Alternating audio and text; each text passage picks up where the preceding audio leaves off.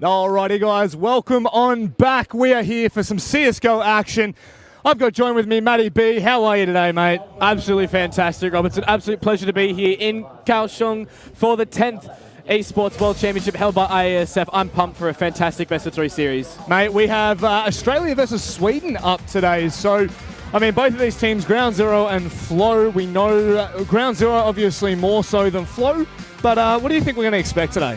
Well, I'm expecting a very intense best-of-3 series, right? On one side, we've got Ground Zero, who've been absolutely, one of those teams that are sort of challenging the higher tiers of Australian CS in their local region. And then on the other side, Flow, sort of in a similar aspect. They're also playing Mountain Dew League, although it's not the Premier League for the European region. It's that gateway to that top level, and they're playing against a lot of high-class opposition. So I expect to see a very classy matchup. Well, look, Ground Zero, right? We need to have a quick chat about them. Because obviously coming into this, we've seen the run from both teams, right? They both slipped up at the start, and now it's starting to kind of even back out a little bit more. So, I mean, with Ground Zero, you can see Serbia they lost to, then they started to fix it up. Of course, Sri Lanka, for me, I think that's kind of where we're looking now. They've had a good result for the past 3 matches. And so too it was similar for Flow, right? We saw them up against the boys from Japan. They beat them 2-1, but for me it was the closest series, right? It was the first 2 maps were decently contested. Exactly right. I think the big thing for Flow, right, looking forward, was that first matchup against Giants. You've got to put in the back of your mind, right, because Giants are a very strong side themselves. Portugal, they've got a lot of experience in the lineup as well with players like Fox and MM, who have been around the Portuguese scene for quite a long time there in South America. I think coming at the back of that, though, they're in a similar spot to Ground Zero, right? Losing their opener and getting a couple of decent wins on the trot. But, of course, as you just said, that best-of-3 versus Scars, that put them in that little back foot scenario there. They 2 very close maps, 16-13 for the first 2. They then blew them out of the water with a 16-4 result as we look at the bracket now on screen. Yeah, so of course we're now into the quarterfinal stages. So we've skipped the prelim matches, we've skipped all the nitty-gritty stuff, and we're going straight down into the hard, gritty, nitty business time. Australia versus Sweden is first up for the quarterfinals. Of course, you can see Tylon, and I mean, having a look at the group for Australia and Sweden, this is probably going to be the matchup, right? Whoever wins this, you would have to say, will push on in this bracket to the grand final. I would have to agree with you on that one as well. Between Malaysia and Thailand, although they're decent teams, right, they're certainly not up to the scratch of either of these 2 teams. The competition isn't as intense in their regions, so I think that they're not quite ready for this. It's a fantastic exposure event for them, though, getting that taste of those higher tiers, whereas on the other side of the bracket, we haven't quite hit the quarterfinals just yet. The results aren't in, but that bottom 4 in the bottom right hand of screen, that is a deadly patch of 4 teams right there. Portugal, Russia, Finland and Serbia. That is the death side of the bracket, you have to say. Yeah, and I think what that will do is it will kind of make way for the teams on the right-hand side. Rightio, so straight into the vetoes, my friend. We've got Australia banning out Overpass. That's what we expected coming in from Ground Zero. Flow have, of course, banned out Nuke. Both of the picks that we were looking at, we were talking about beforehand. We then go into Mirage, Cache, and Inferno being the decider. Matty B, I believe this is exactly what we were looking for. Exactly right. Overpass this Ground Zero's permaban, right? The Australians don't really play that map, all right? And on the other side, Sweden, they have not touched Dust 2 at all. They don't want to play Nuke. So the vetoes have gone exactly to plan, right? Mirage, Ground Zero, they've played it 3 times so far this event, and they've looked fantastic in their most recent outings, against Sri Lanka and up against Georgia as well. They looked fantastic there. And on the other side, Train, that was that huge win that Sweden picked up over Japan in their last matchup in the round of 16. So I think avoiding that was very beneficial for the Aussie boys. Yeah, so we got to chat to Extinct right before we sort of came into this one. He was saying those 3 are the maps that they are looking for. That's the kind of best-of-3 series that they were hoping for. They've been given it. There couldn't be a better time for Australia to step up on the international stage. Can we expect a lot from them? Do you think, they're coming up against Sweden. Obviously, we had a chat about this just then. The fact they're from Europe, they're going to be at least more experienced, and they're versing better opponents. So how are we feeling with this so far? I think the big thing for them is taking their map pick, taking Mirage, right? It's been their best map so far in the past few months online, and of course here at LAN at the IeSF World Championships. They've looked fantastic on it in their more recent outings. They've gotten the scalps of Nepal, Georgia, and Sri Lanka on those maps so far. So I think we're going to look towards that one being the key factor. If we go to Inferno, I think Ground Zero, the quality of opposition that they've won over, they're going to look good on it as well. But Sweden, they've taken maps off of ENCE on this map, right? And they're one of the top teams in Europe at the moment as well. So I think getting to map 3, you'd start to sway a little bit more towards Sweden. Okay, so that's that's kind of we're praying to God that Ground Zero can push through here. Of course, us being the Australian boys, we're going to be backing them to the rafters. But I think, you know, when we're looking at this is a great test for Ground Zero. This is a great test for Australia. An event like this, they're up against Sweden. This is the proving ground for them, right? And then if they beat Sweden here, they then push on into the semi-finals, where I think Thailand and Malaysia, right? Like, yeah, they're two teams that, like, so Thailand, you know, beyond, they've got a lot of experience playing out of the APAC region. They've certainly qualified for a lot of events as well, you know, making runs in pro leagues and those extremes land type of events, right? But this is a world stage event. You know, players from all over come here, and there's so many different types of play styles that you can pick up on and learn about. And I think that beyond they're going to struggle, like the Thailand and the Malaysian sides are going to struggle a bit going forward in this one. So I think that the winner of this, they're booking a ticket to the grand final. Well, that's what I'm hoping for, right? Because I feel this is the gateway match for this group anyway. But then, of course, you look across to the other group and there's a gateway match as well. So it's the quarterfinals right now.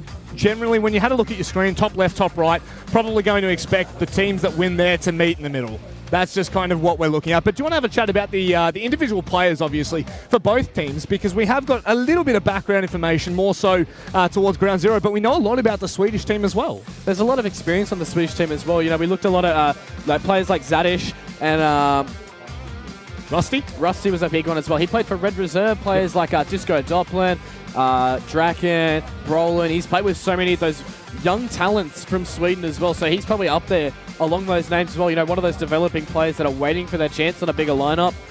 We look at players like Zadish as well. He's been playing phenomenally so far this event, getting a lot of entry kills, supporting his side really well in other aspects of the game as well. These look really good so far. So I think that's a big thing for them.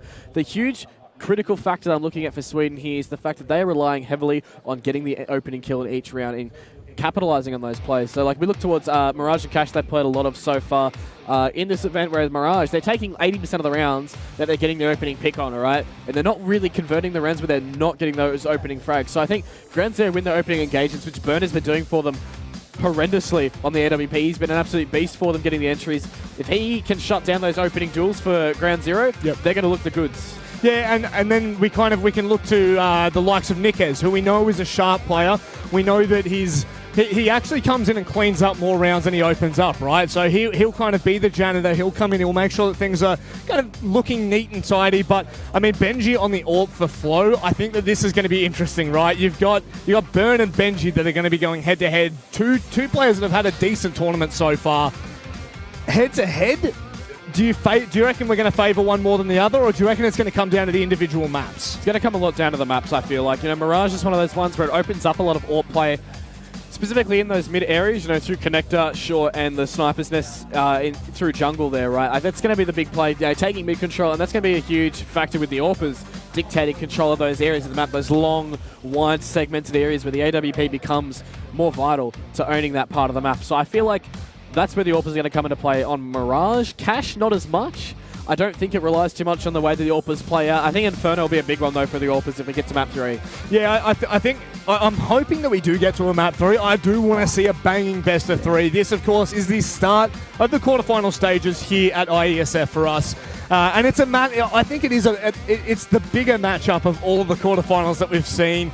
You know, Australia and Sweden, again, I don't necessarily think they can go head-to-head.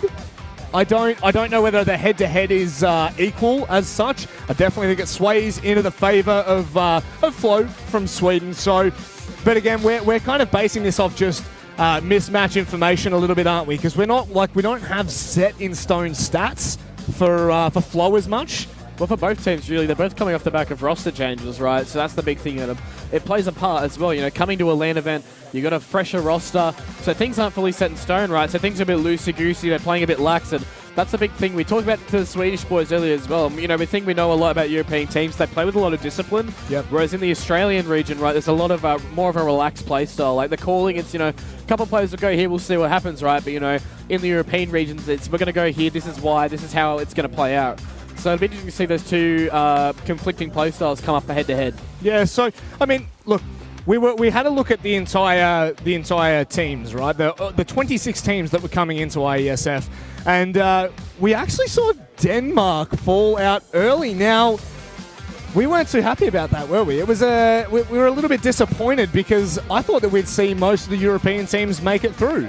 Well, they look the goods, right? We were talking to one of their managers as well, and the thing is that they've got a huge thing. It's not even one of like the highest tier teams in Denmark, but the thing with Denmark is they really care about their esports. They thrive off of it, and they back it fully. So they've got coaches, they've got analysts, they've got psychologists, they've got the whole backing and the whole the team behind them. And Denmark brought theirs with them here as well. And they looked the goods early on, but they got knocked out early, putting them out of the round of 16 stage. So, I mean, that's led us to here where we've got these current teams vying out for those spots in our ever so longing for grand final. Yeah, and I think we can't really go too much further without starting to push a little bit of the Finnish story, I think. The team from Finland, Havu, they are looking the good. Like, we thought that Denmark were looking the goods. They've come through and they've absolutely dominated so far. I think generally we are probably going to see a Finland, Sweden, or Australia. Like, I do think that's going to be kind of where we do bump heads at the end of the grand final. But, I mean, we don't really know, right? So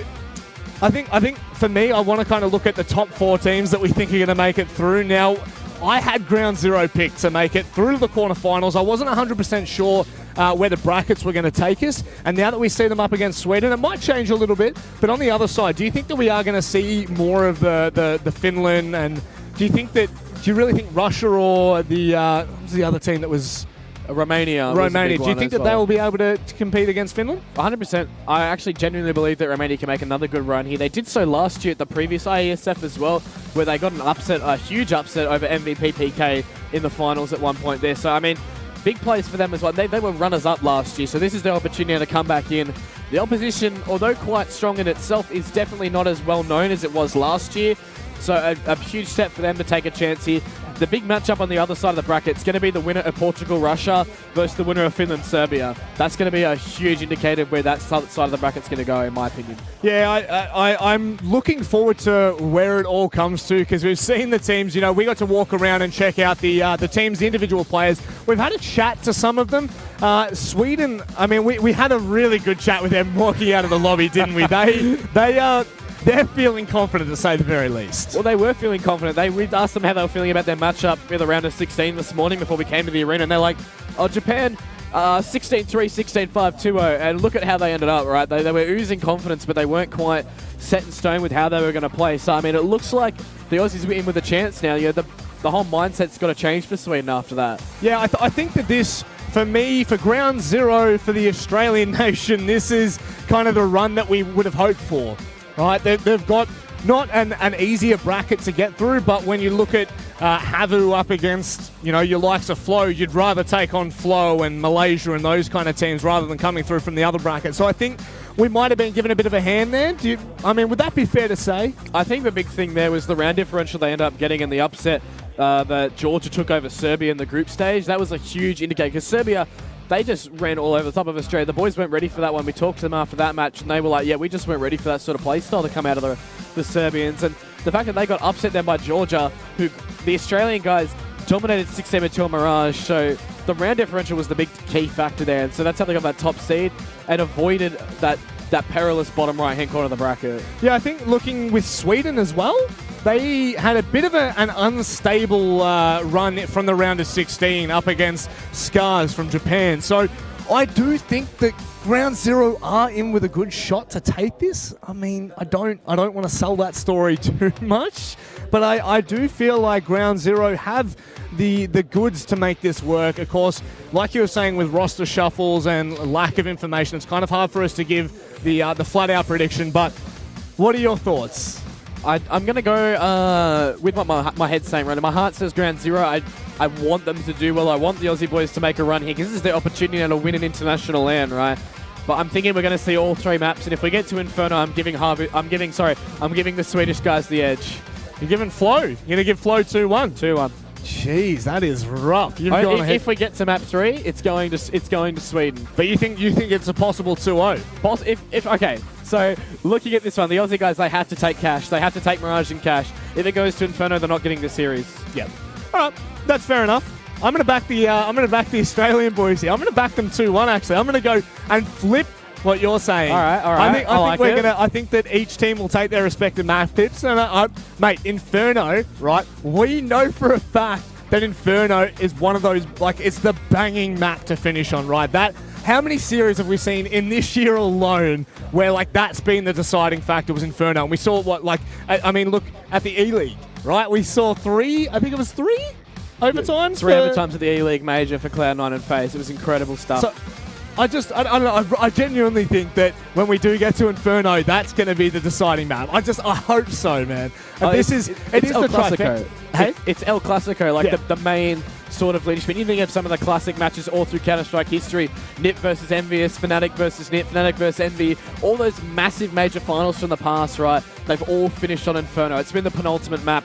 So that's going to be the big one here. And you see so many series decided in such intense fashion. Like, you're in the Bono, you're in the Boiler, Inferno. I want Ground Zero to make this work. Map 3, I hope to God that we get to Map 3. That's where I'm looking to. But, I mean, this is the trifecta for Australia, right? Mirage, Kaohsiung, and Inferno as well. These are the maps that we see played so predominantly throughout the AU region. So I generally think that Ground Zero, they could not have a better opportunity to take this. 100%. They played the first two maps so far in this event as well. They just beat Sri Lanka on Mirage and Cash respectively, right? 16-4, 16-10.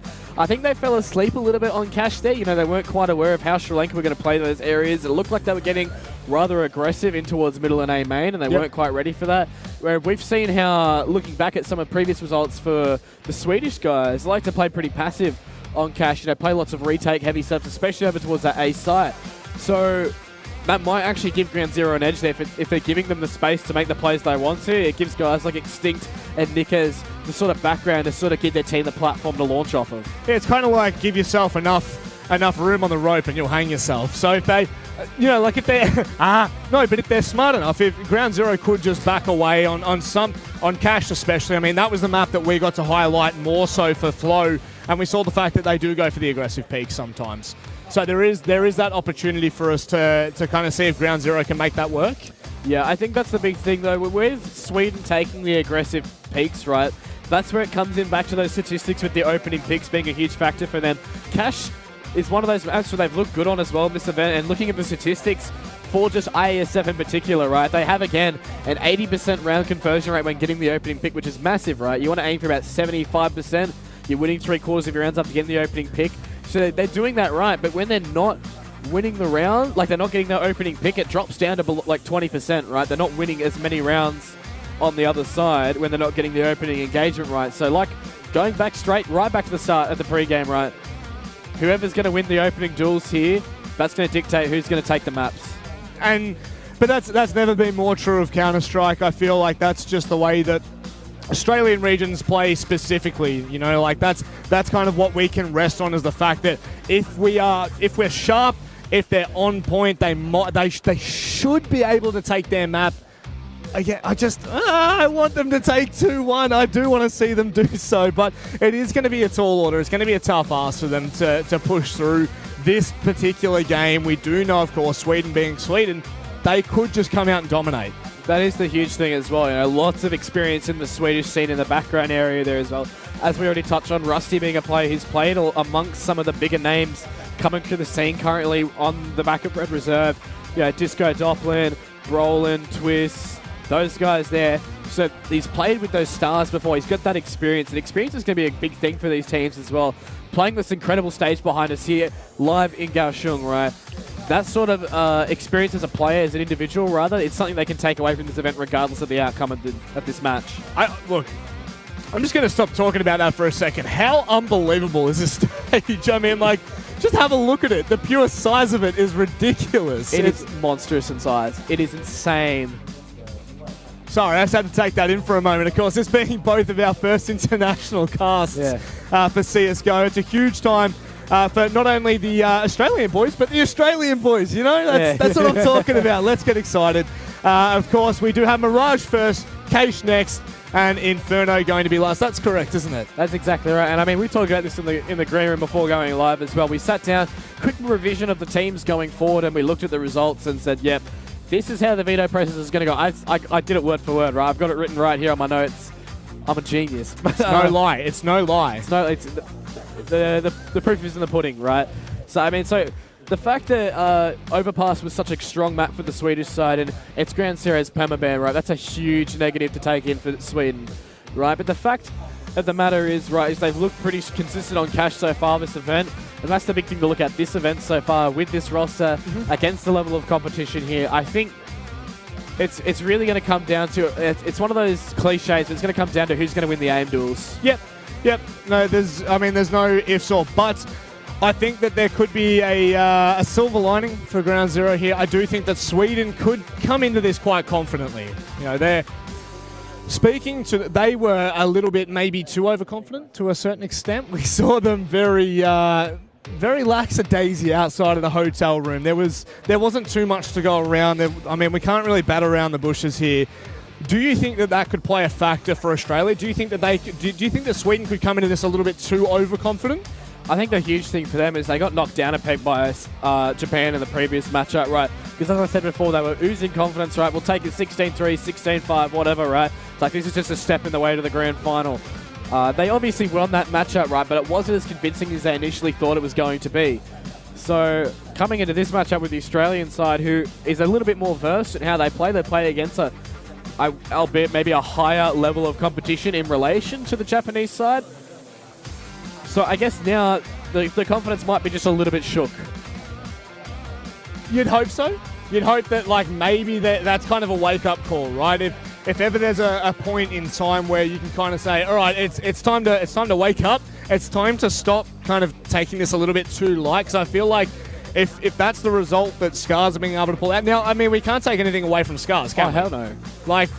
Their roster is quite strong. Obviously, having a small little shuffle towards the start of October, that might have kept a little bit of instability in it. But overall, Sweden should be coming into this very confident. I mean, you've got Benju who's on that AWP, and he's been massive this event alone. I don't know whether we were able to actually pull the stats up there, but he's been opening the rounds for Sweden more times than not. So, these are the opportunities that they can make. So, this is the opportunity for Ground Zero. But, ladies and gentlemen, we're going to be coming back from a short break. Don't go anywhere. We'll see you soon.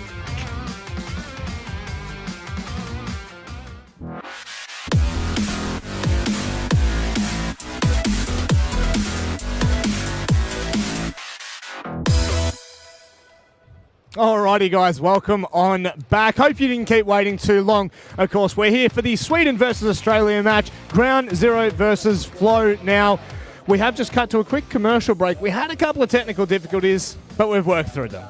Exactly right, and that's what you like to see. Just quick, effective action there, so we get the action on track as soon as possible. I mean, we've been waiting for this one all day. I'm so pumped to see this match actually finally happen. Yeah.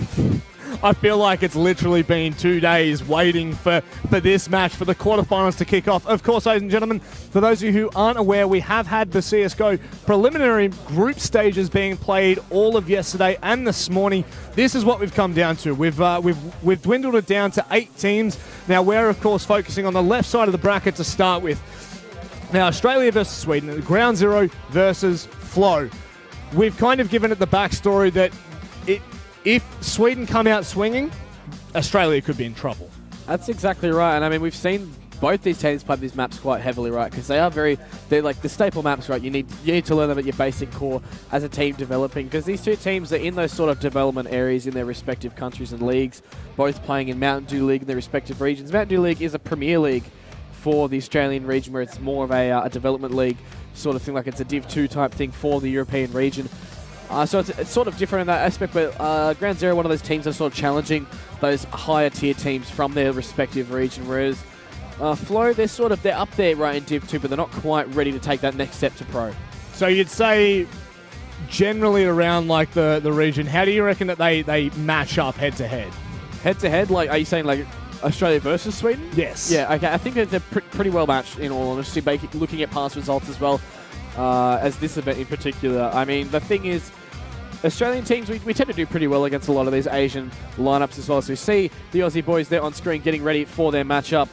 I think the big thing for them, right, is they played against a lot of the Asian teams, so they have a lot of experience there. It's coming up against these teams that have come overseas from Europe as we look to the Swedes now, who have a lot more experience. They get to scrim a lot of the higher tier teams as well. You know, they get to Flo, they just recently come up against 3D Max and Virtus Pro and Mountain Dew League before coming over here to Kaohsiung.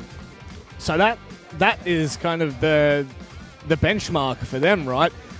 This is where the development of Sweden, is it going to be more so than Australia? It doesn't make a difference, my friend. We are into it. Only seconds left until we're basically going to see any sort of action. Got a bit of have fun in the chat, bit of love for both teams, and a little graphic coming up there on your screen. Starting off with, however, Australia, they're just going to set themselves across towards that A area. Yeah, T-side for the Aussie boys here. They've got full lots of armor, no utility to play around with. There's a kit and a smoke in the hands of Sweden there as they have a bit of a double stack over towards this jungle middle area of the map as they're going to play very passively over towards A. Just one man forward under Palace as it looks like this is where the Aussie boys are going to be coming in late in the round. Just a slow creep out of contact play. They've done this fairly often so far this event as well. We saw them do it previously on Cash versus Triangle. They're spotted out there by the man in CT. That is Rusty taking that engagement at ranges. Burns going to look to clear some angles out.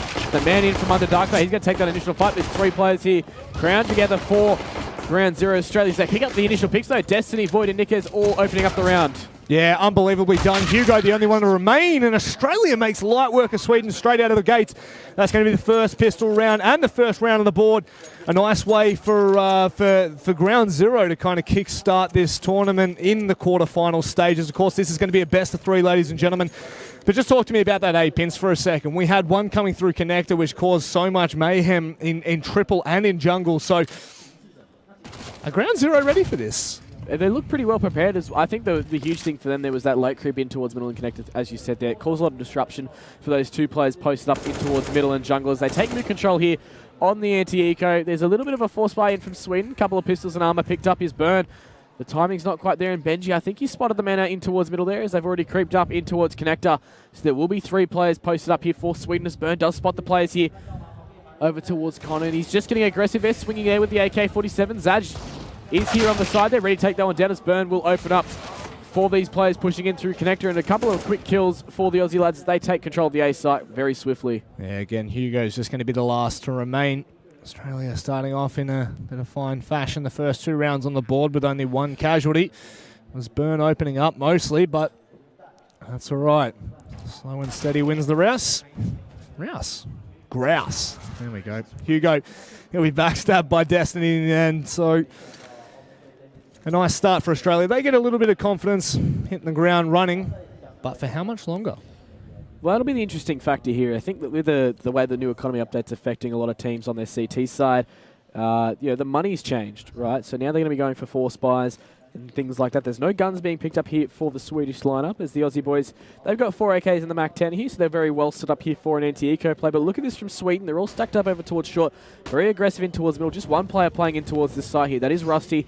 So help with the information, man, as they've already swung over towards this connector area as well. Yeah, Rusty's just going to be hiding on triple. They haven't spotted him out yet. He could do some serious damage. They're not going to have head armor. Destiny's been taken down, but that's okay. Nickez will trade 2. Nicely done. All 3 players now from Sweden going to be coming through connector. Makes life a little bit harder for them. Of course, the one-dimension retake, not going to happen. They're just happy to try and find some exits. I mean, Nickez is low. Destiny dies. Sweden, you couldn't be too upset with that to start with. It is just a small amount of damage done. Cross towards a T-spawn. Void, however, he just needs to stay alive. No need to drop the AK here. Yeah, doesn't want to give up these rifles, but Zer with a great shot there, taking the head off of Void there in that engagement. So he's very low HP. The Australian side can definitely hunt down these players. They don't want to give up any more of these rifles, though, which is the dangerous part here. So it looks like Nickez is just going to be hiding off in towards this T-spawn area. But Zer, he's still on the hunt, as is Benji. And he'll spot out Extinct there, trying to take the fight. There we go. Cleaned up in the end. Burn will come in. Cool, calm, collective. That's what you like to see. But the tech pause is going to be called right now. So possibly a small issue inside of the server. Maybe with a PC. We're not 100% sure. But that's a nice start for Australia. It is a great start for Australia. 3 quick rounds there. Bomb plants going as well, taking control of the A site in every single instance as well. So that's huge confidence they can take moving forward in that aspect. I think I'll be curious to see How Sweden adjust now in their first gun round moving forward. They've played Rusty, the anchoring the site the entire time, so that's an early tell for them. So he'll be that passive play in towards CT and triple box, getting that information for his side. It's about how they're going to play off the back of that. As it looks like the pause is wrapped up there. It'll be a gun round for Sweden. They'll pick up 4 rifles in the AWP as well. As it'll be Australia. Fast execute play over towards A by the looks of it. Players getting ready to throw their smokes, etc. Even a man over towards Palace here as the utility's going to be flying over in just a hot moment. There we go. Setup is there. The execute's just going to be a bit of a default one. Stairs, CT, and jungle now with the smokes. They're going to be trying to hold the line here, Sweden. Wait for these players to push on out. Making short work of it. Already taking the site, but this is nice from Sweden. They've still got a lot of utility to retake it. Smoke comes over towards Connector to try and keep Flow at bay for a moment longer. Grenade, however, is not going to catch anyone. That's going to be Burn going aggressive, taking down Benji towards stairs. Extinct's got 2 to find here, but Rusty, he slowly makes his way in from CT. It's Burn that spots out another, but he might find a free kill in Nickez, who's over towards stairs. Not going to happen, and there we go. The trade's coming in. Rusty finds a second, and that's going to be it. Nickez, they're doing the work, Australia. They're literally just capitalizing on tiny mistakes made from Sweden, and that is a major error in their first buy round. Well, the passive setup there was a bit of an interesting call. I mean, players not even in the site giving it up, and they didn't have the Molotovs or the HE grenades to really clear out all the angles they wanted to. Firebox was a huge one there. Extinct was able to stay alive in the back of the site and just reap havoc for a very long time. It's not the sort of setup you want to go with when you don't have the most optimal buy with all the force buying they've done so far. And again, they're just setting themselves up towards A. If it ain't broke, don't fix it. That's going to be Burn missing the first shot. Punished as well. Rusty, he'll be waiting for the AWP now, who can go and drop to Benji if he so pleases. Playing still close towards A main, however. A bit of information given to Sweden here. Of course, this is just somewhat of a forced buy, a bit of a low economical buy. Destiny, he finds Zera in towards underpass. Now, they do look possibly to pinch on towards this A side. 2 coming from unders. Destiny, does he spot out Benji? Benji's got the deagle in towards Connector. I think he might have just spotted out for a second. Yeah, I think it's pretty interesting that the damage trade off onto Destiny as well. With the force buy coming in against Sweden, I don't think they've really full ecoed too much in this one, minus that train they did in through short there. So, chance to build up a bit of bank here for the Aussie lads as they're going to keep hampering the CT coming. They're not going to have a full buy until another round, really. I mean, Rusty still has that AWP in hand to play with. He's already rotated himself all the way in through T-spawn. And there's still players here for ground zero. There's Zadis actually there as the player comes in through middle for Sweden. Rusty with the AWP there. It might even be worth trying to save it. I mean, is that the jump to short? Oh, he's hit Nickez down. The bomb, however, will be retrieved and put down by Void. And now there's an opportunity for Sweden. They're taking down another swings onto the member. Extinct, however, not finding it. Rusty now just going to be playing the 1v2 with the AWP. He's just making his way around the corner, swaps out to the Deagle, maybe baits out Extinct, but no. 5-0 on the trot, and Australia, they're off to a blazing start. That could have been so dangerous there for the Australian side. Their Destiny was still in towards that middle window area.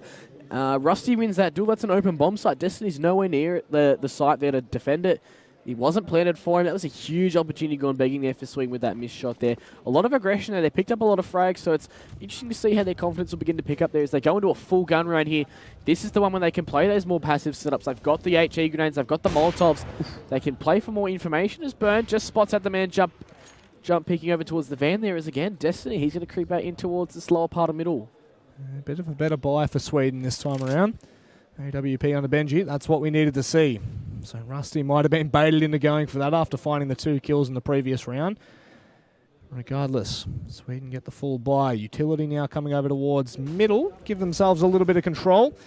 Here's Adjust that starts out. Rusty swings wide, nearly taking down Burn as well. And that is the advantage that Sweden have been looking for. Not only finding Extinct, but Nickez as well. And for little less than 12 hit points. Australia have a fair bit to do to try and claw this round back. Well, that's the thing. They're still trying to put pressure on this mid sort of segment of the map. But Sweden, they're able to give it up. They don't have to take too many of these fights. But Rusty, he's still aggressive behind this Molotov. He can get the timing here. The flashbang is deployed. He spots out Destiny there. There's no trade potential as Void will walk into this one. And it's just Burn now 1v5 with the AWP in hand. And the flash from Rusty, the timing not quite there. He is aware of the possibility, but Burn will get his first frag here. 40 seconds on the clock here. It's all about damage from this point on. He's spotted out by the man towards Connector, but a great flick onto the head of Zadish. Just evens numbers a little bit, but that'll be all she wrote there for Burn's life as Sweden pick up their first. A very much needed round for the Swedish side. First kill for Benji. Hugo's still missing, but Rusty, that's the kind of impact we need to be seeing. He is the member that we know is kind of filling in from Red Reserve, so we can expect him to do a lot of damage to this Australian side. However, just to start out with mid-control for Australia. Just tapping away towards the top. Maybe doing a little bit of damage. No, he gets away scot-free and only just, but Zadish now holding the line towards unders. This could be dangerous. It's actually a fair amount of damage done to Benji, I believe. And now, slowly setting up for this mid hit. Zadish has already spotted him out. The Molotov will force him back. That's the control given to Australia for mid, and that's Burn opening up on the Rusty as well. Hugo, however, finds the trade. Still 4 to go. But Australia, they look in control of this round. And that's the thing too, that mid-crunch there from Sweden was well timed there, but it was traded very effectively by Australia, damage and frag-wise as well, as they make it a 4-on-4, and the HP on these Swedish players is very, very low as they see them stacking up over towards A, and that's the read that Australia have just misinterpreted here. Nikes is still posted up in towards Connector. It'll be interesting to see how this plays out, as there's already a man aggressing in B apartments for Sweden, so they know the hit's going to come in here. There's a lack of utility for the Australian side, so it's going to be one of those raw hits. We've seen them do so much. The Molotov goes in towards CT ticket booth there. Benji under a lot of pressure as the nade comes in as well. On top of him, 2 HP for the man there. He's got support though, and the nade spreads onto Zadish, and these players now, 4 ground 0 Australia, are stacked up entirely. Yeah, there's one player, Hugo. He could have done massive damage coming in on the flank there. Not to be. Benji picks Void out of the sky, but that's all it's going to be in Australia right now. Off to a running start. Out of the gates nice and hot, and that's exactly what we were looking for. This is the performance that Australia are going to need if they can take this further into this series, of course. Being the best of 3, plenty of time for Sweden to reset themselves. Just a nice, light, easy play. Australia taking a lot of control towards middle, and that is another opening from Burn again. We looked to him on ground 0 as the player that could kind of turn the tides for them, and he's showing it. And that's the big thing, too, we talked about in pre-game. Sweden aren't winning their opening engagements, right? Their round conversion isn't quite there for themselves as Burn. He's been that huge instigator for the Australian side. Getting those opening duels there as Rusty hits a nice 1 dig onto Nikes. That'll take his scalp off. Turns into a 4-on-4 on these pistols for Sweden. Not as strong as the AK-47s or the AWP, but still very dangerous in the hands of these players. Yeah, that's the kind of thing that you do need to be concerned about. You don't want to give them... I mean, this is the point, right? You don't want to give them too much respect, but you also don't want to give them any... Like, you don't want to be, like, disrespecting them in any sense. So it's kind of a double-edged sword there. Destiny going to be missing the first shot, however, rather Burn missing the first shot. Backs away Benji for a moment, but look at this stack across towards the B side. It is Destiny finding Benji. Now the smoke coming over towards the door. He nearly gets caught out there as he pushes just maybe a little bit preemptively. Pushing on up, misses the no-scope. Hugo finds one. He's got a little bit more work to do. Picks up the AWP. Rusty's there to support. He finds one in Extinct. The pixel angle for Hugo works out a charm. And Destiny now has to come in and clean up 15 HP. He's already been spotted. He's on for the 1v2. He needs to pull this back or fall away. He's got 4K in the bank. This is the perfect time to do it. Rusty nearly being spotted, but Hugo, they play that one out perfectly, Sweden. I believe that was a 2 versus 4. It was a 3v4 coming in towards the bomb site. There's a player stacked in towards the Ninja as well that caught the Australian side off guard there. And that allowed them to sort of get those tricky frags in towards the site. And those pillars can be so confusing when you start losing frags in those eco rounds. It gets a little bit hectic there. And it looks like that's what happened to the Australian sides that all fell apart. And that's affected their economy quite massively, losing to the eco, the pistols, for the Swedes there, as they'll have 3 AKs, a Galil, and a CZ for Extinct. They do have the utility here. They can take a bomb site hit. The thing with Ground Zero is they haven't really used any executes here. They've just sort of gone into the sites dry, or they've just sort of done a contact-esque play. But look at this, Zadish staying alive in the back of the site in towards Firebox, but Rusty doesn't need him. He's picked up 2 for himself as Void does get the trade initially, but there's no bullets in his magazine. Now it's a 3-on-3, and the T-side have the site. Yeah, Hugo coming from CT might just be able to catch out the line from Void. It doesn't look like it's going to happen. 2 across, however. That's going to be tapping away Zer. Void catching Benji out, and that's massive. Look at the boost coming through. They haven't been able to catch out Void. They're both low there. Australia needs to be careful. Hugo, however, from CT, he can wait to re-aggress when Zer starts to push a little bit more. He backs away and looks to join his teammate. This could be massive. It's Hugo that opens up the bank account in the retake. The Molotov now to flush Void out. That's going to force him out into position, but Void, he hits the run and shot, but Zer trades out promptly. Destiny now left 1v. Oh no, he's already let him know where he is. That forces him out of position, but he's playing the bait. He's going to stick it. It's 10 seconds. 5 seconds rather. Zer, does he have enough? No, Destiny plays it perfectly.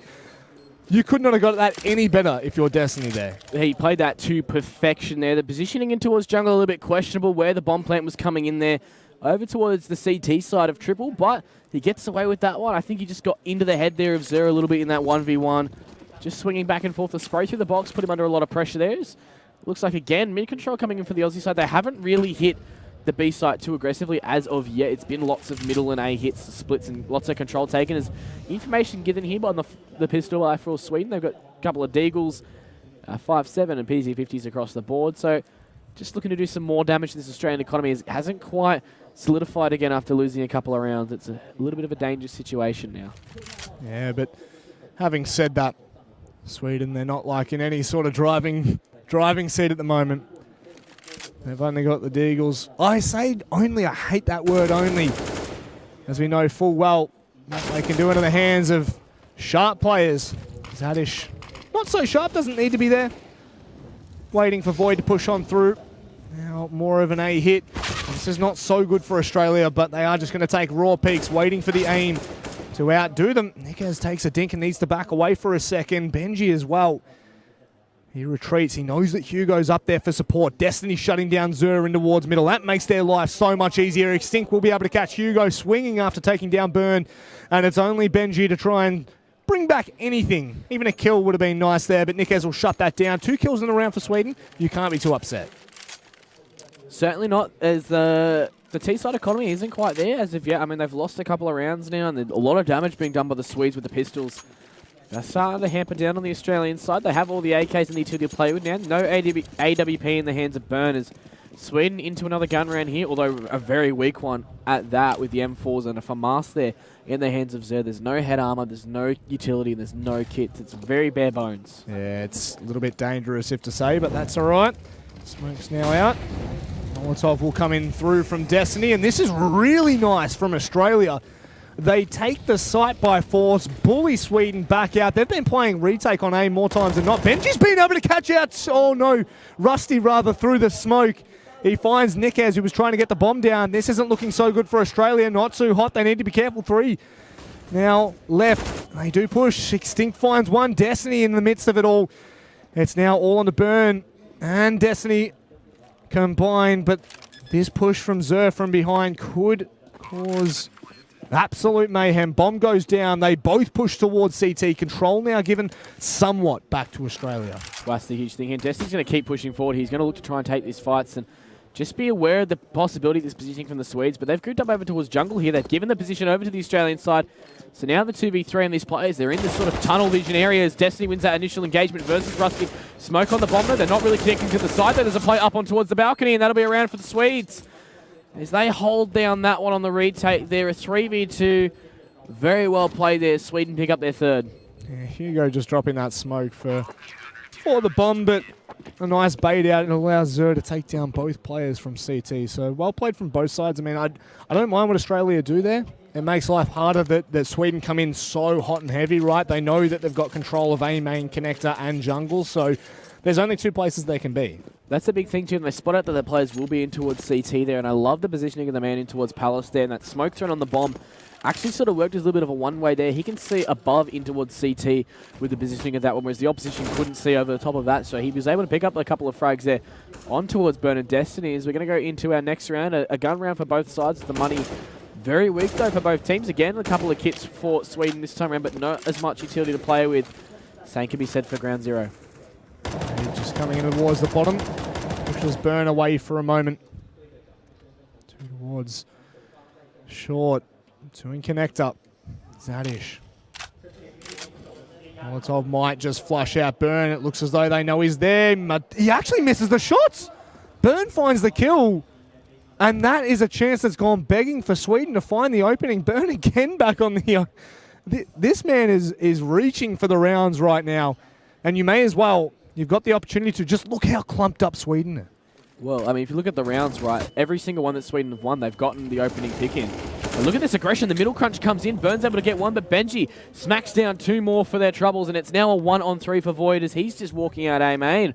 And everything's fallen apart for the Australian side as he's in this 1v3. 40 seconds on the clock, plenty of time still to play around with. He spots out the man in towards Connector. Swing across very aggressively in towards Jungle. He hears the player in towards Market. This is where it gets a bit dicey, but the swing comes in for Benji and he cleans up there. Massive 3-piece for him there as Sweden get their 4th. Yeah, it sets back Australia a little bit. They just go back for the, I would dare say, save. They're all around that 2K mark, so they can do so confidently. Sweden, though, they are showing resilience. Bouncing back a small portion. But the big factor for the Swedes, for Flow, of course, look at their economy. Any damage done could be good. It's going to be Extinct that finds only 1. Destiny and Void. Any sort of damage that they can do is massive. He's nearly been able to pick up the M4 there. Doesn't happen, but they know of the position of Destiny from that previous kill. He backs away with the Glock to try and find some more damage. However, that is quite the impact from Glocks. 2 Glocks picking up 2 frags there. That's 2 rifles out of the hands of the Swedens and 2 lots of armor utility they have to rebuy. So any damage from here on out is even more impactful, if anything, as he's going to go swinging into the AWP of Benji there. Sweden will get their 5th and a couple of them are there, so confidence will start to build up for those boys. But the rebuying coming in now. Rusty's money not as solidifies the rest of his side. So a drop will have to come in here, and we have Australia back onto the guns here. They have all 5 AKs across the board. Lots of smokes here. Potential to see another one of those AX kits come across. So too, it looks like you might be on the money. Setting up, you would dare say, for the default smokes. Jungle, Stairs, and CT. Sweden at the moment, they've left only 2 there. It's Zadish and Rusty, but with the way they've been able to hold these retakes, Void finds the opening. Rusty was maybe a little bit too aggressive. He was punished for that as well. Extinct trying to fire away through towards Connector. There was a small gap. Zadish will be able to shut down Destiny. And look at this boost up. It's not a boost, rather. It's just a simple jump, and they haven't been spotting it. Hugo now can come through for the cleanup. He'll be able to find Extinct. Nikez and Burn, they've got quite the task ahead of them. The smoke will hold Burn at bay for now. But with both players there, that could actually be really dangerous for Sweden. It is huge. The bomb is plentiful as well. They're going to swing into this one, and Burn's actually behind that smoke there. He's using that to his advantage. Nikez losing that initial fight, but there we go. Zad just cleaning up the final frag there. 8-6 scoreline. It's looking like a much more respectable half for the Swedes after it started off pretty dangerously.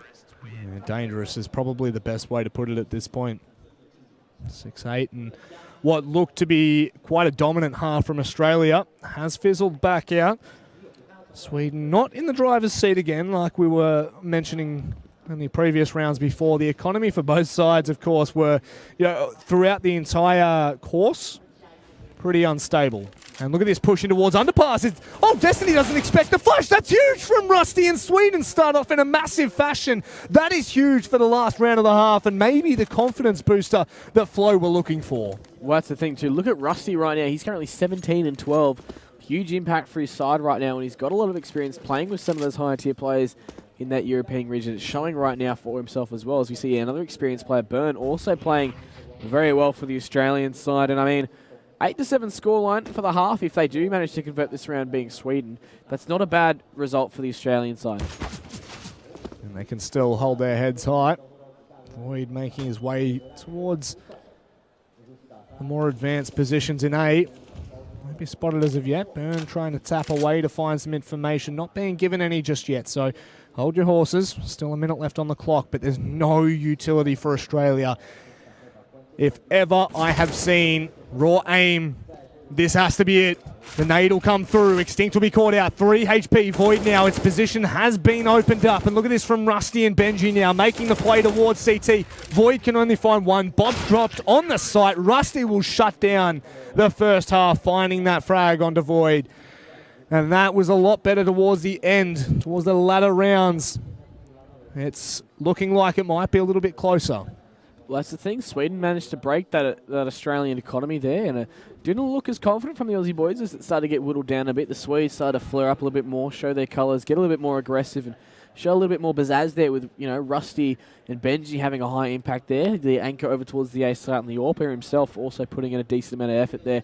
I think the big thing now for the Australian side is taking the pistol, building up their bank, and not letting this impact from the Swedes get under their skin. Under the skin, in the skin, all around the skin, Swedes. This could be the deal sealer. If they find map 1, it'll be incredibly hard for Ground Zero to bounce back. In case as the second map, they flood on towards the B-bomb side. Australia has to hold. It's Void up towards Get Right. Oh, Nick has found 2 kills, and he's so sharp right now. And Void at the... Oh, no, Void. He fired off a little bit too early, a little bit preemptively, and that will cost him his life and the control of the B-bomb site. That could have been massive. Void was that anchor. He was the soul of the B-bomb site. Nickez had done enough to take away their distraction, but it's not to be. The retake now. 3v3. Sweden holds strong. And now there'll be the Ground Zero walkout here. There's no kits in hand currently. I don't even know if there was one dropped in towards the side there. As Extinct looks to take this fight over towards bench there as Hugo gets a couple for himself, and Benji cleans up there in a very fast sweep from Sweden. You're right there. That Void pick up there by Sweden there in towards that boosted box. There's a huge misstep there from the Australian side. It feels a little bit harsh. Void, unfortunately, he just misses the shots, but that could be quite a momentum booster for Sweden and rather a dampener to the spirits. Australia, they started off with the 2 kills. Nick has done well to slow that push down. And it fizzles out. 2 players going aggressive towards short. B's completely open. Australia have a free sight. The smokes come over the top. Or rather, Sweden have a free sight. They push on through. He goes over the top. That's a small amount of damage being done. Look at this, just the snake in the grass. And that's the Zeus from Void. He was sitting underneath and waited for the players to push on out. A free kill, but Rusty being so aggressive towards Market Door, it makes things a lot harder. Again, look at this from Nickez though. He's slowly towards the smoke. He could do some damage. Benji's low as well. I mean, it could get dangerous. There is a realm in which that doesn't go that way, and Australia starts to kind of gain control of the side a little bit more. Extinct can't hit the last shot, but Sweden looking strong to start out this T side. Well, I mean, they managed to recover the AK-47 there, which is a huge factor for them, and they did a lot of damage with the SMGs. They were picking up the majority of the kills for them. So that's a huge boost to their economy there. As we see the Aussie boys, they go for the eco in the second round, so they'll have the rifles for our third this half here. The M4s across the board, lots of smokes and flashes to play around with. There's damage done in towards middle as well. Very aggressive from Sweden here. They have to close the gap here with these small arm weapons as Void gets a nice triple there from that lower position in towards middle, and that's a huge start for the Aussie guys in this initial gun round. Yeah, he bounces back. Makes up for his previous mistake. 3K in towards middle, slows down that push. Nicely done from Void. Now, just going to be holding tight. Should be a free kill for Destiny. Don't know if he knows how close Benji is. Doesn't make a difference. Still hits the shot. And Australia even the scores back out. It's a little bit back and forth. The instability of the game so far is causing for a very puggish style. It is down to mistakes that are being made that can be capitalized on. And look at this buy from Sweden. Deagle P250, 3 AKs, why not, right? That's the aggressive style we've seen them play with so far this map, so I think it really suits their sort of dynamic they're going for right here. They're trying to take the fight to the Aussies. They're going for a no-respect sort of setup. You know, they think they're the big dogs, they're here to win it, and they're trying to show us that right now as they got the 3 AKs. They're taking late mid control by the look of this setup here. It plays in towards lower dark, and a couple posted up towards top middle. Chances here for Sweden to just get some late round pushes and try and catch these Australian players off guard. They're not really looking for any early round information as the flashes come in towards middle now. Swing in from Burnley, won't catch anyone out as of yet. Look at the aggression from Destiny towards A main. He might just wrap on the bomb. This could be massive. Destiny, you can't do it to him like this. He's going to gain control of the bomb and he should be able to shut this down. Sweden are thinking, beautiful, we've got mid control. We might be able to find this. No, Destiny gets timed and Rusty pulls around at the right moment. Finding the kill, that could have been really dangerous. Rusty knows it as well. Gives a little bit of BM to the body. Benji Does get boosted up. This makes things incredibly hard. Extinct is going to have to hold tight. He's got 2 to find. If he swings at the right time, he nearly finds it, but Hugo sharp on the trade. And now they might just have to go for the retake, Australia, but Burn, he's not going to allow it just yet. The site, it's not clean, it's dirty, and they do try to get the bomb down. Hugo sticks it, but it's damage being done from Burn. He finds a second of damage from Hugo. All it's going to take is a nick, and that's it. It's all on to Benji. And Australia, it looked like it had swung the way of Sweden, but they bring it back again, and they are not giving up without a fight in these rounds. Some nice individual plays from Burn. Exactly right, and I mean, that's the leadership and the experience that he's looking for to sort of lead the charge. It's a very young roster on the back of it, other than himself and Destiny, really. They have played in the scene for quite a long time, but never in an arena of this caliber in front of a crowd and against some higher quality opposition as well. So it's interesting to see how the Aussie boys are adapting here. As we see Sweden here, lots of pistols to play around with. CZs, Tech 9s, Deagles. There's a good nade in towards top middle there, in from Connector. That's a lot of early round damage done as they're going to try and take some early mid control. Mid control, but it's traded across towards B. Void's going to be caught out, but he still hits the shot, backs away. Really nicely done. That's perfectly from Void.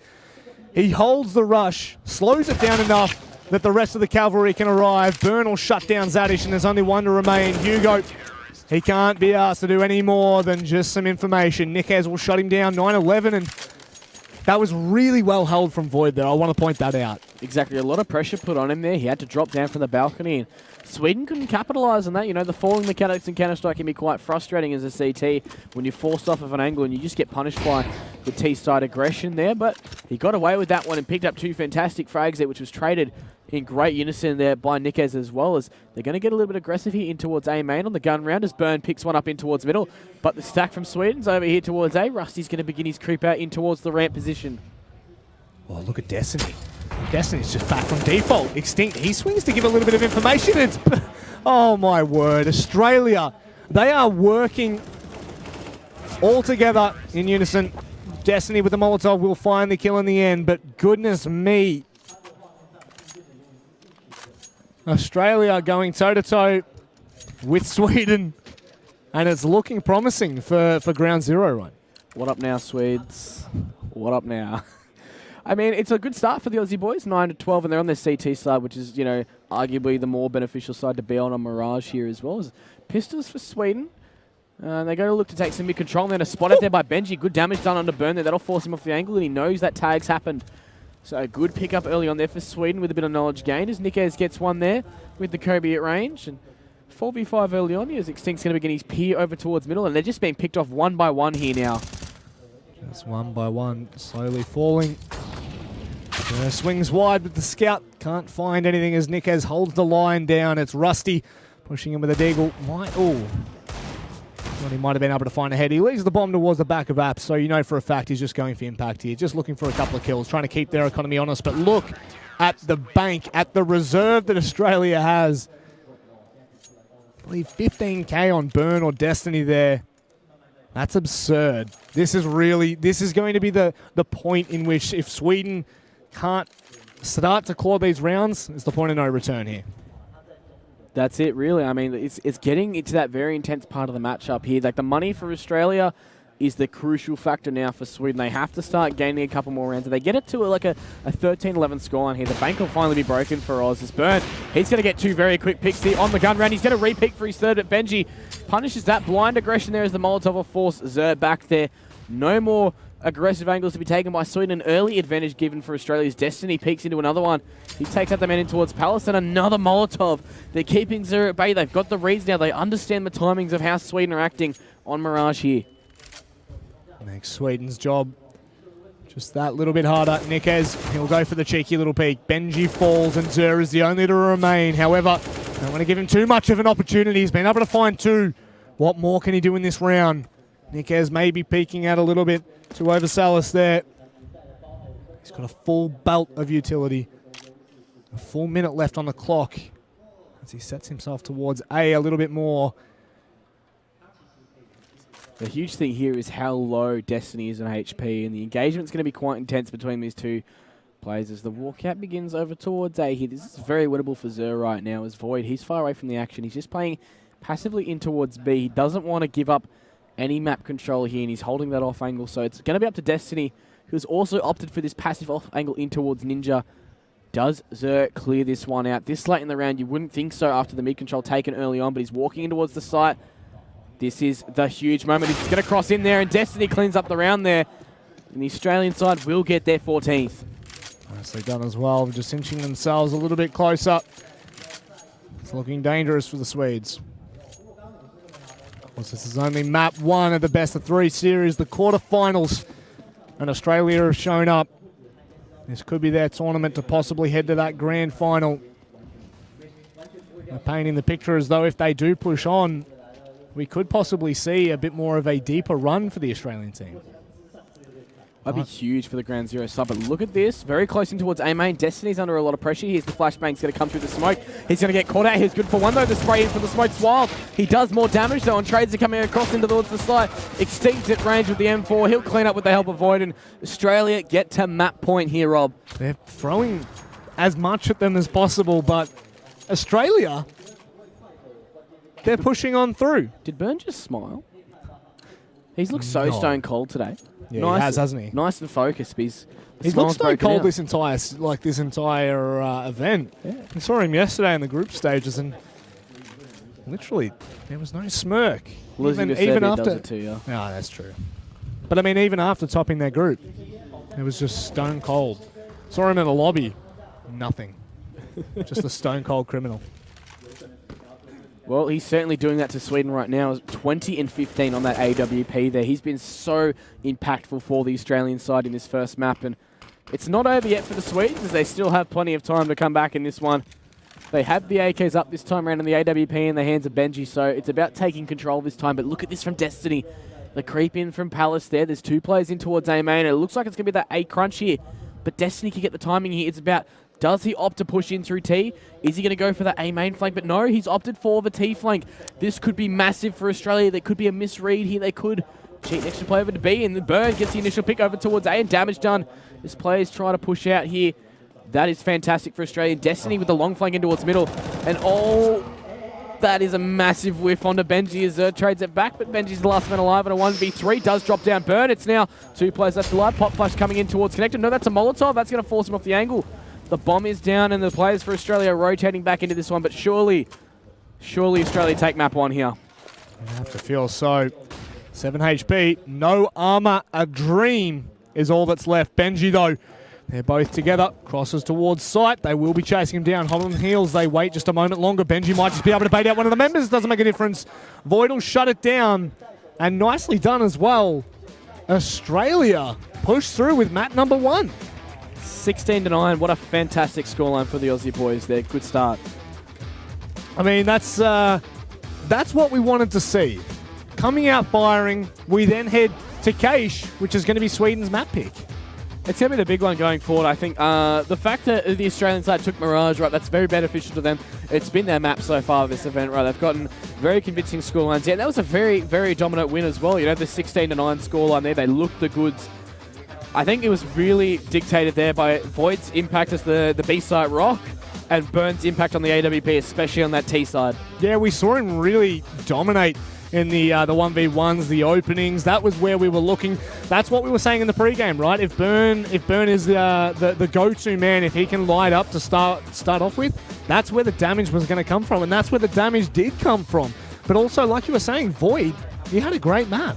He had a fantastic map, and I think you also got to take it back to the fact that Sweden, they didn't win as many of the open engagements as they would have liked to. I think in their entire CT half, the only time they ever won rounds was when they actually won the opening duel, and that's the huge statistic we looked at in the pre-game show.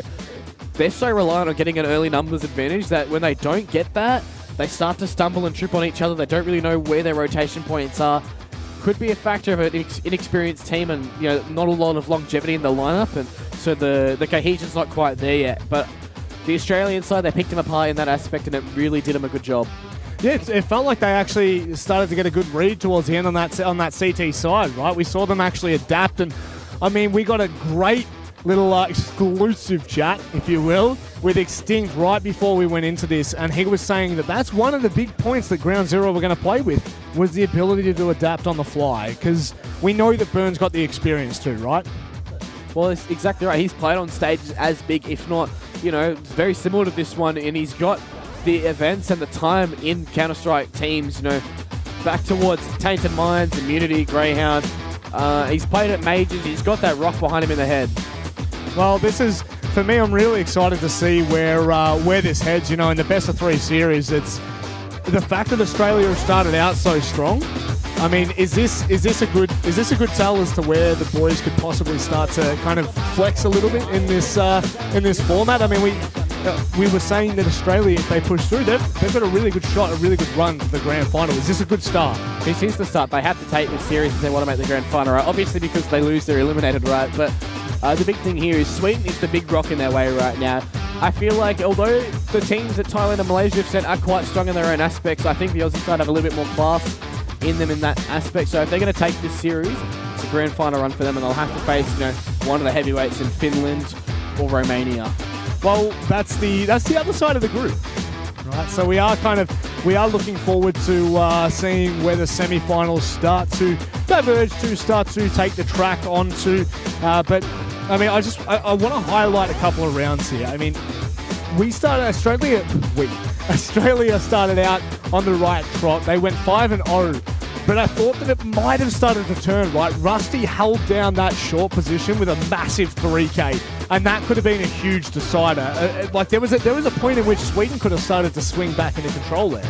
Exactly right. I think the thing is that towards that back end, they started to win a lot of those.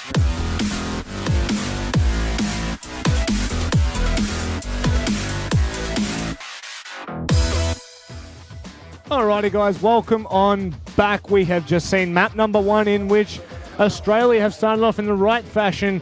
They took 16-9, I believe it was. So was that a misstep by Sweden, or was that Australia really starting to push through? A couple of those moments, it really looked like, early on at least, Australia were pugging it out a little bit, just sort of feeling out how the Swedish side were going to play it out. We saw on the pistol round initially on their T side, they did a dry, a contact A type play, which is something you don't really see every day. I think that caught the Swedes off guard there, and they used that to their advantage early on, and then it sort of fell back onto lots of A side executes and mid control being the huge factor for the Aussie guys on their T side. On the CT side, they started to just get a lot of map control, and they won their opening engagements through middle there, through the burn on the AWP, and supported there by Extinct and, of course, Void, who was a rock on the B-bomb site. Yeah, Void had kind of flexed massively on that map. Not so much in the Department of Frags. I don't actually know how many frags he was able to amount there. We didn't get to see the scoreline at the very end. But I do feel as though the important rounds that he were able to pull out, I mean, we saw the 3K towards middle, the B-bomb side holds. Unfortunately, the first round of CT, right, the pistol round was a little bit, he say, she say for him. It was a little bit unfortunate, but he sorted it out, fixed up his own mistakes, and we did see Australia really start to push through, show their dominance, especially on that CT map, CT side, sorry. Only 2 rounds for Sweden. That's a huge figure for them as well. I mean, the Swedes started to look a lot more confident as well coming in towards their T side there. They won a lot of rounds on the trot there. I think it was 4 or 5 they won on the trot to get themselves to an 8-7 half scoreline. And then coming in towards the T side, that pistol round, they were very fast in towards the B side there. And of course, we just mentioned Void with his little misstep there. Yep. But off the back of that, though, once the Aussie boys got onto the gun round there, they looked the goods there. Well, nevertheless, we're on to map 2. That's the big one.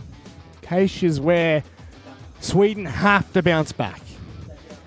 I think the big thing for Sweden here will be how they play their bomb sites, right? As we looked back at a couple of their results previously on Cash there, they looked to be very passive, especially their A-holds, playing those standard retake setups. So if they're going to give Australia the space that they managed to create for themselves over a Mirage, this could be a very quick 2-0 roll. That's the possibility, right? Australia have just come into this gun-ho. I thought Sweden were going to be the ones that came out swinging, but turns out Australia are prepared. They're ready. The thumbs are up from Burn, and I believe we might just be good to go. What are we thinking? I'm thinking that I really like the Swedish kit. It's nice, isn't it? Their jerseys look really nice. It's sweet. It's sweet. It's Swede. I was waiting for that. I was just waiting for that.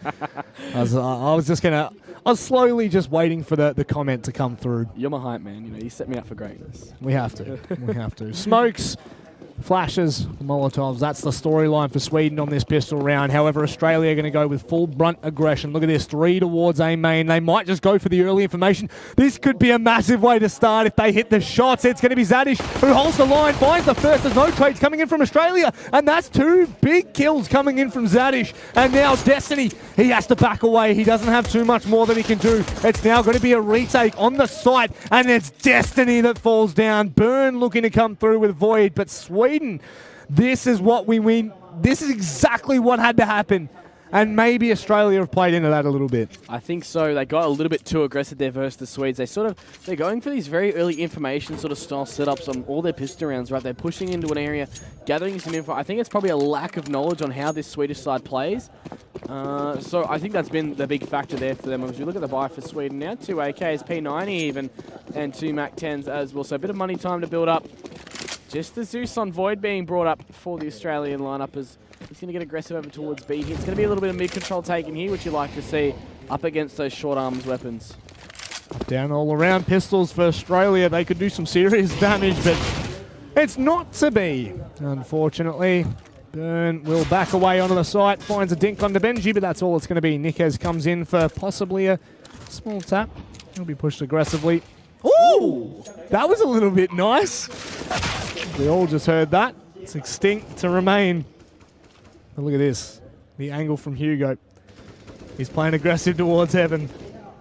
So she shan't peek for free, that's for damn sure. He'll find a bit of a gack on the back of the head, and that should be the round done and dusted. Extinct going to be pushed from all different sides. Doesn't make a difference. 2-0 for Sweden. And 1 kill to show for it for Australia. A nice shot, though, that one. And it was only the MAC-10 dropped for the Swedish side as well. So it's definitely a good bank for them to start to build up here. There's the MAC-10 for Rusty, put in a lot of work there. There's Benji's going to buy up into the AWP here, expecting the Australian buy, as they've done so in the past. They've gone for that rifles on the 3rd round setup. Because they do have full utility on Extinct. There's no kits here for the Aussie lineup, and there's not a lot of utility to play with. There's 8 damage there. Benji, though, can't get the vertical flick shot on the Nikez, and a little bit of blind aggression there's punished straight away by the Swedes. They come back in and take down Extinct as they go fast into the side. Destiny taking long-range duels. They're still playing the side, though. That's Destiny. Sorry, that's Nikez there. Picks up a double for himself, but very fast around there. And the Aussies, quite surprising there. It's a little bit of too aggressive from the Swedes. Yeah, Nikez on the 3K. That's a massive hold. Very nicely done as well. Rifle still in the hands of Australia. Sweden will have to be reverting back to 1 Deagle. They don't have a hell of a lot of utility to tackle this round either. They'll get the boost up nice and early. It might just catch Destiny off guard if they go too aggressive, and the smoke's there to give them a small room to wiggle and move. Destiny on the angle of white box. That's really nicely done from Zer there to delete the player. 2 on the B, 2 on the A. The splits are hard for Australia here as Sweden take control of middle. And it's a 4v5 now. 2 players over towards B here. Burns playing a little bit of an off angle. You don't tend to see people hugging this wall over towards B, and the counter boost comes in here. This could be massive in timing as Zer, I don't think he's aware of this one. Is there the pop flash? Nade coming in. The pre-fire comes in. He's good for 2 then. The third man's there. Lines up, and Hugo tagged down low, so it's traded by Void, but Zadish comes back in towards B. Tagged up there. He's teamed up there with Benji, rather. He's on that Deagle. Picks up the AK-47. So a 2-on-2. The bomb should be going down here towards B as well as Extinct stuck behind the Molotov. But he's got time to delay this plant. And a fantastic Molotov there should spread. That's massive from Burn.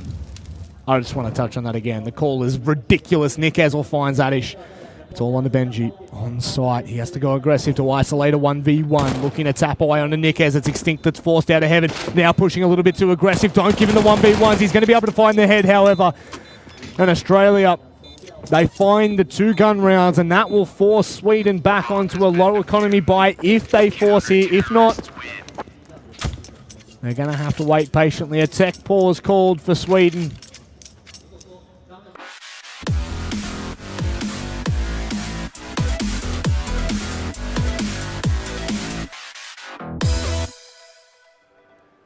Well, ladies and gentlemen, welcome back.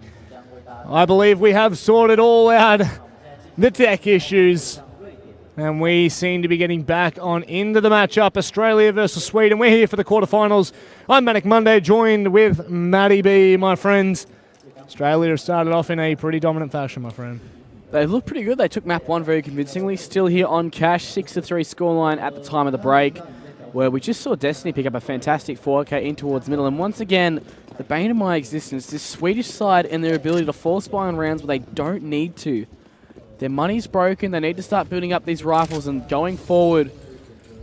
The 6-3 score, 3 rounds of deficit right now, and a good buy for the Aussie side. It's going to be a very fast push in towards B by the looks of it. Early utility usage coming in from the Australian side, and that's what Sweden haven't really been able to consolidate so far. Early utility usage forced out by the Australians. And they've managed to make it work. Look at the Molotov that comes out, flushes the players out on into the side. It's Destiny that gets taken down early. Void, he manages to respond on 2-3. Could he just have held down the site? And just as they say it, that's going to be Void and Extinct finishing it off. Void was just playing from on site. That is cheeky. Very cheeky. Massive 4K for him again. He's been very much an anchor on those B sites for them so far this series. He's looked the goods. And that's it. That's a bigger gap now for them, and it's going to force the Swedish side finally on an eco round. They've actually learnt that they can get AK-47s if they don't spend their money. What? Really? Yeah, dude. It's amazing what you can do when you save some pennies up. As the pop flash comes in towards middle, they're going to try and get aggressive here. But Nickes is there to support his teammate. He's tagged down nicely. There's Destiny. He picks up a second for himself. These players are swinging wide, though. He's going to get tagged down. He's missing a lot of his shots, and Hugo, the last man left alive there. Only one player falling for Team Australia. And now, is this the cause of the tech pauses? Has it halted the train of the Swedish comeback? Possibly. I don't think we can call it that, surely not. All I got to say is, Nickes is never going to give you up. He's never going to let you down. He's never going to run around and desert you. That man just saved a life. You just forced that so hard. I really did. I was just waiting for you to throw to me and you didn't, so I was really upset and I still had to say it. I had the inkling, like the itch. And oh, what is the nade? What is that nade? That's Nickes locking down middle there, and his Destiny's getting aggressive again, but they're ready for it there. Underneath the smoke, he's gotten very close in towards middle there. As the smoke will be deployed. 4v3 numbers advantage with the Australian side, and I don't think that Destiny's in a position to really get out of this one as of yet. The spray coming in through the smoke, they're just getting a tickle of damage there off to Hugo as he's going to fall away from this one. He's given the sound cue over towards Vents. Going to pick the Swedish side in 2 mines as Burn. He's posted up over towards A main here, so Benji has a chance to walk out through Squeaky. The sound cue would give him away. Curious to see what the next move is for other side. The emphasis given to middle from Australia has been intense. And it's paid off time and time again. The Swedes haven't been able to take control of it. Burn misses the opening shot, backs away, but he doesn't realise that the other AWP is going to be holding down the line. That's going to be a massive opening pick, maybe a second as well. Destiny's been caught out in the opening. He has to continue to pray that he does not hit the shot. Schnitter as well in towards middle. Destiny. Oh, what is that from Destiny? The 180 flick. That is absolutely absurd. He might just be able to hold down this side. He hasn't been able to find the kill onto the AWPer. Benji responds, but with 30 seconds left on the clock, the bomb down in the open. Void's just going to hold down the line. That was filthy. How does he hit that? Out of all players to hit that, Destiny had to be the man in highway. And you're going to feel bad for the poor old Swedes. 6 rounds, the deficit to come back from here. Very strong CT start for the Aussie boys now. Oh, fair enough. Moving on. It's oh my god. Matty B. We're seeing another pistol buy with armor.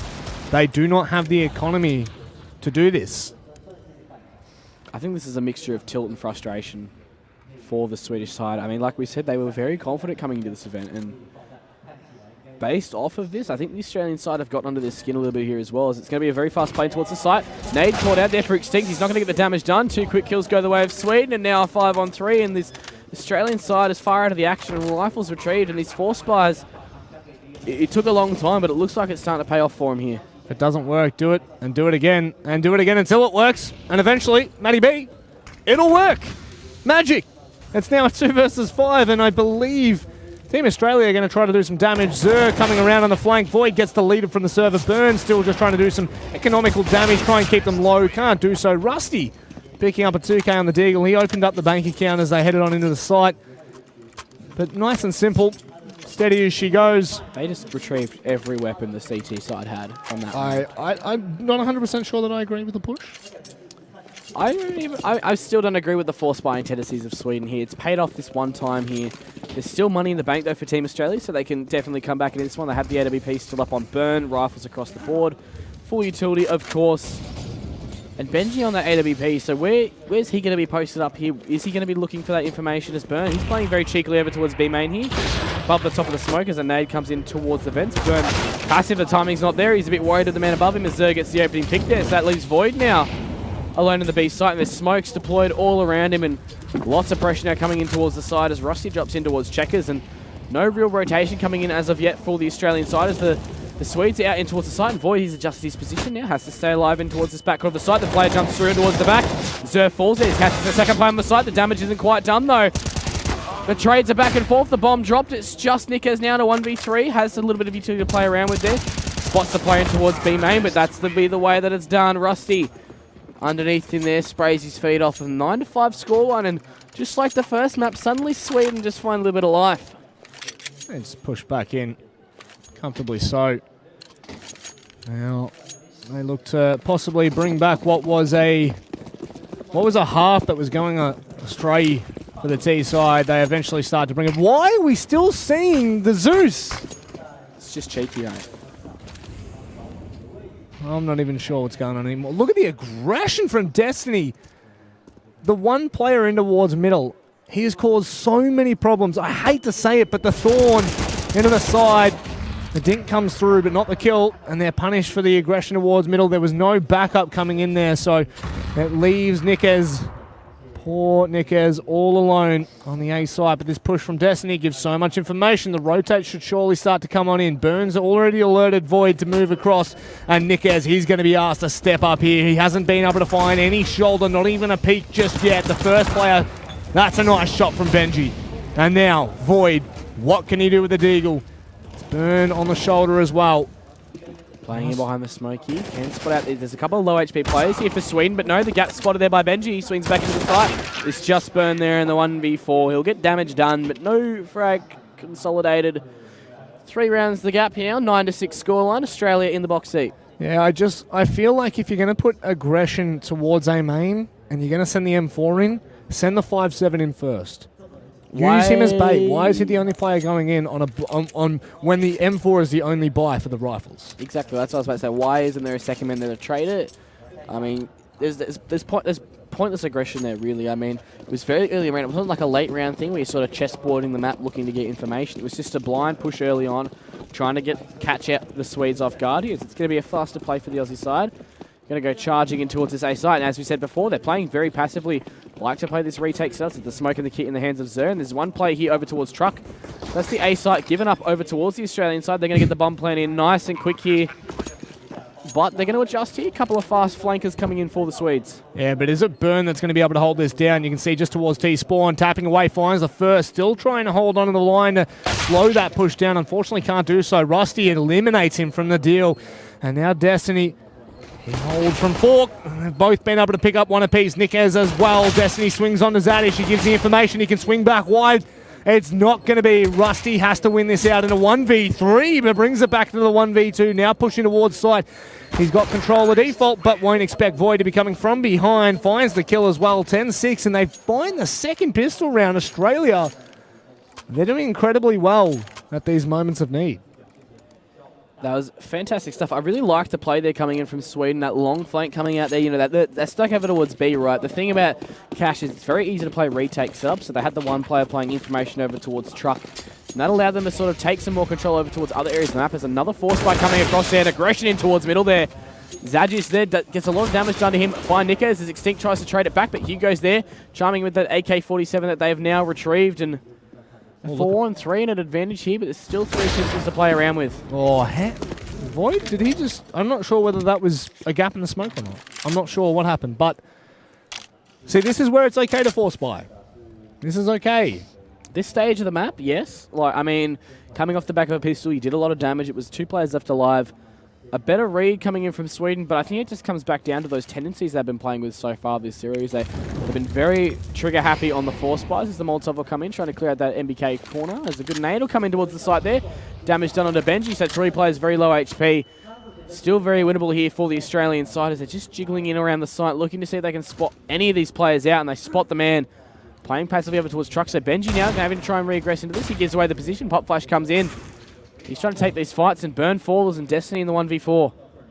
Not too much work for him to be able to do here. He might find himself a kill. And of course, every kill, he's trying to fight at range. Not going to happen with the Mac 10, my friend. But the Glock's even worse, so you may as well hedge your bets. Try and find a kill. They all converge onto the 1 point. And walks away with nothing to show for it, unfortunately. A nice call from Sweden. Nice early aggression towards mid. Catches out the one player. Swings back onto the player up on top of boost. And bada bim, bada boom, Bob's your uncle. You got a 2-for-1 trade favouring you. It was a lot better there from Sweden as well. They were playing as a team. They were setting themselves up for trades. It wasn't as much individual efforts coming in. What a nade coming in. Zadis just eats 2 of those.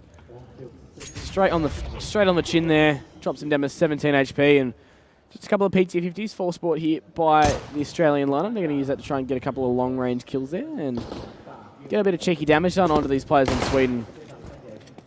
So you're just taking a small amount of damage. Benji shutting down Destiny. Nico's trying to tap away, but Rusty holds strong. 2 players, you know, relatively low. You can find yourself a kill. Burn trying to find Benji at range with the Glock. What? What? Hello? Glocks. Okay, maybe he shouldn't have had the Mac 10 in the previous round. Maybe he should have just gone with the Glock for range. Yeah, we've been proven wrong before. As they're readjusting here in towards middle now. And there's still a couple of players that have been chipped down by these pistols and grenade usage from the Australian side. So a huge opportunity here to do a lot more damage and potentially even still around as 40 seconds tick down. I mean, stealing around still very unlikely, but the damage is a possibility there. As we see, Zad just playing in towards the back of the site and Rusty being the passive man over towards Truck. And I think the timing's there. Burn might just miss out on the opportunity here. If he can get in behind them, and he's getting very close in towards this E-box position. I think he's going to be waiting patiently. He's going to creep forward here. Rusty pushes forward and the dink comes in, and that's a lot of damage done though. But Zer in towards middle. He's ready for the explosion to come in, and that'll be the clean-up there. Zer just on janitor detail there. Gets 3 for himself in towards middle. Burn just did a ridiculous amount of damage with a Glock. I mean, what? Why? And on 2 HP.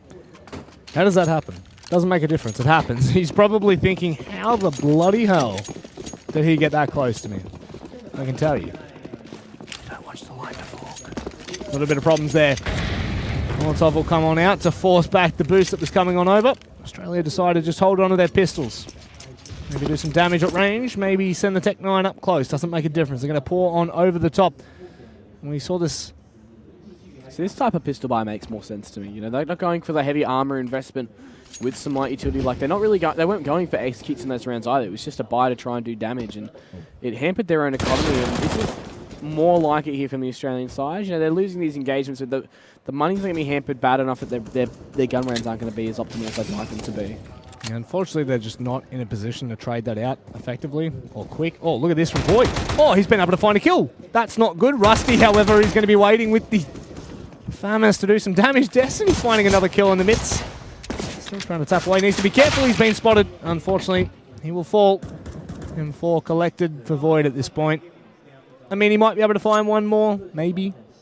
Still, do you think the damage is done? Do you think that's... I think they can do a lot more. I think with Rusty so low, and he's walking his way in towards the middle. I mean, no one's really committed to the garage yet. There's 2 players playing underneath boost, so this is where it's going to be more difficult for him. But it looks like a save. I don't think the save call will be the right call here. I feel like damage is Void's primary objective. He's just going to be taking a long way around. Back off the beaten track. In towards middle, that they're going to be holding tight. Might be able to find the kill on the Rusty, who's playing a little bit closer. It's all about the angle. Hugo waits patiently. Like a snake in the grass, he strikes at the perfect time. Bada bim, bada boom. Forget about it. Benji, this is the impact of the AWP we're looking for in these buy rounds. Rather, I want to see the impact of the AWP in these buy rounds. This is a pivot point for Australia. They need to shut this one down. Well, that's the thing. This is the bit of the comeback path here, and Burn looking to get some information over towards this B side of the map. Just a little tick of damage done there. As Hugo, he's going to try and aggress you in behind this smoke here. This is a little bit cheeky on sitting on this side of the white box. He's using that smoke as a wall. A lot of confidence. He throws another nade in towards that sunroom area, but again, not quite connecting with any players on ground zero. Just a little tickle done to Destiny. As everything settles down for both teams, just vying for light map control. Just trading it though. Sweden decide not to put the players towards the middle. Instead, they bolster the defense on A and B, playing a lot more passive. This is what we. This is the small information that we were able to gain about Kaohsiung. The fact that Sweden, they do play a little bit more passively. And look at this. You can see the rotate coming through from Benji now on the AWP. Burn making the small drop noise. He will be heard. The information's being out, and that's going to be the opening for Swede. That's what they were looking for. The Molotov will flush on out. And Void finds the response, but too little too late. Unfortunately, they can't do too much with that, apart from Void's just going to go on out. That was a cheeky little bait. I thought maybe he might have been able to make that work, but no. Saj Dish shutting it down. Extinct needs to be careful. Every step he takes is a closer area. Now the AWP is going to be holding down the area towards Truck, but this is the line that needs to be played out. Bomb will go down, however, not just yet. Look at this flank coming in from behind towards Squeaky Door. It is closed from earlier, so don't take too much heavy emphasis on that play. Oh, they're committing to the site here, and this squeaky timing could be huge as Burn swings back into it. Missed shot, flash comes in, they hear the door open up. The straight transfer from Hugo. Not solid enough there. Extinct left alive in a 1v2, and he's turned it back into the 1v1. Now Benji on the AWP. He's posted up now, having to play patiently as he's going to walk in towards the site. Timing critical. He has the pistol out, but he wins that one out. Extinct too low to win that one versus the pistol, and the Swedes level the scores. Yeah, that's a lot. That is the last gun you want to be playing with if you're Benji. You really hate to see the AWP in that sort of situation, but the sidearm prevails. Shutting it down a little bit closer for Australia that time. But the Swedes, they're staying in firm control. They do get the full buy back up with that bomb being planted, so that gives a small glimmer of hope into the round to come. Nikaz decides to give up his head armor. Actually, rather, he didn't have a choice. He had to give up his head armor to get that buy. The flashes come over the top to middle, gives them a little bit of control, a little bit of room to make their way on out. The progression smokes are there, so the information is now given to Swede. They just wait for what will be this execute towards middle. The control now completely given into the hands of Australia. And look at this from Destiny. He's already peering in towards highway as well. That's a rotation coming in late over towards the Z connector. I think there was a step heard there by the ground zero player. He's going to adjust himself over towards Truck, and this is a fantastic position to be in at this point in the round. It's very early still. Very light mid control taken. I think now the Swedes are aware of the possibility that the flash does come in from Hugo. They're just trying to peer in to get more info, so that'll force the player off the angle in towards middle. Which I do believe that is Benji on the AWP. They're looking for info, and he spots out the man just behind the white box there, so the nade will come in. Rip. Cheeky damage done, and that'll force him back out down highway. Catch that. Damage done. It was traded back, but not the kill. Unfortunately, Zaj Dish maybe holding, but they execute out on towards a B. However, Extinct might be able to catch one out, but he doesn't realize that there's another one waiting like a trap. They pounce, and again, it's not good. Sweden, they're being able to shut down pretty much everything Australia's attempted to make work. That smoke is incredibly difficult to play around for the T side pushing on in. In Sweden again, they're starting to gain that momentum that we were talking about. 11-10 scoreline, and it's building up now as well. They're starting to get a lot more confidence as well. We look at Benji. He stepped up massively in the AWP here. He's 18 for 13, leading the charge in the server across both teams. And Nikez, he's got 16-16 for the Aussie boys as they're going to be back onto the Deagles and Pistols. And this is going to be a big round for them now. Damage is going to be the big key factor going forward. Slowly, just the default towards B more heavy. A couple of players in the mid could make for a bit of a pinch, but not too much being given. Hugo just waiting for those players to either push towards B main or out of middle. He's been spotted. However, only a small amount of damage being done. Nikez now up with a deagle. He's up next. Comes over, expects the flash, but no, he can't find the kill. Void there on the trade. So again, a small amount of economical damage done with the Deagles and the pistols, making it work, but unfortunately Void is isolated completely from Zer there. He's going to swing wide to try and hit that shot deep onto the B-bomb site. Not going to happen. Extinct now making his way across. He knows that he's in that little corner, or rather he doesn't actually. They're just going to wait and pretty much play it out.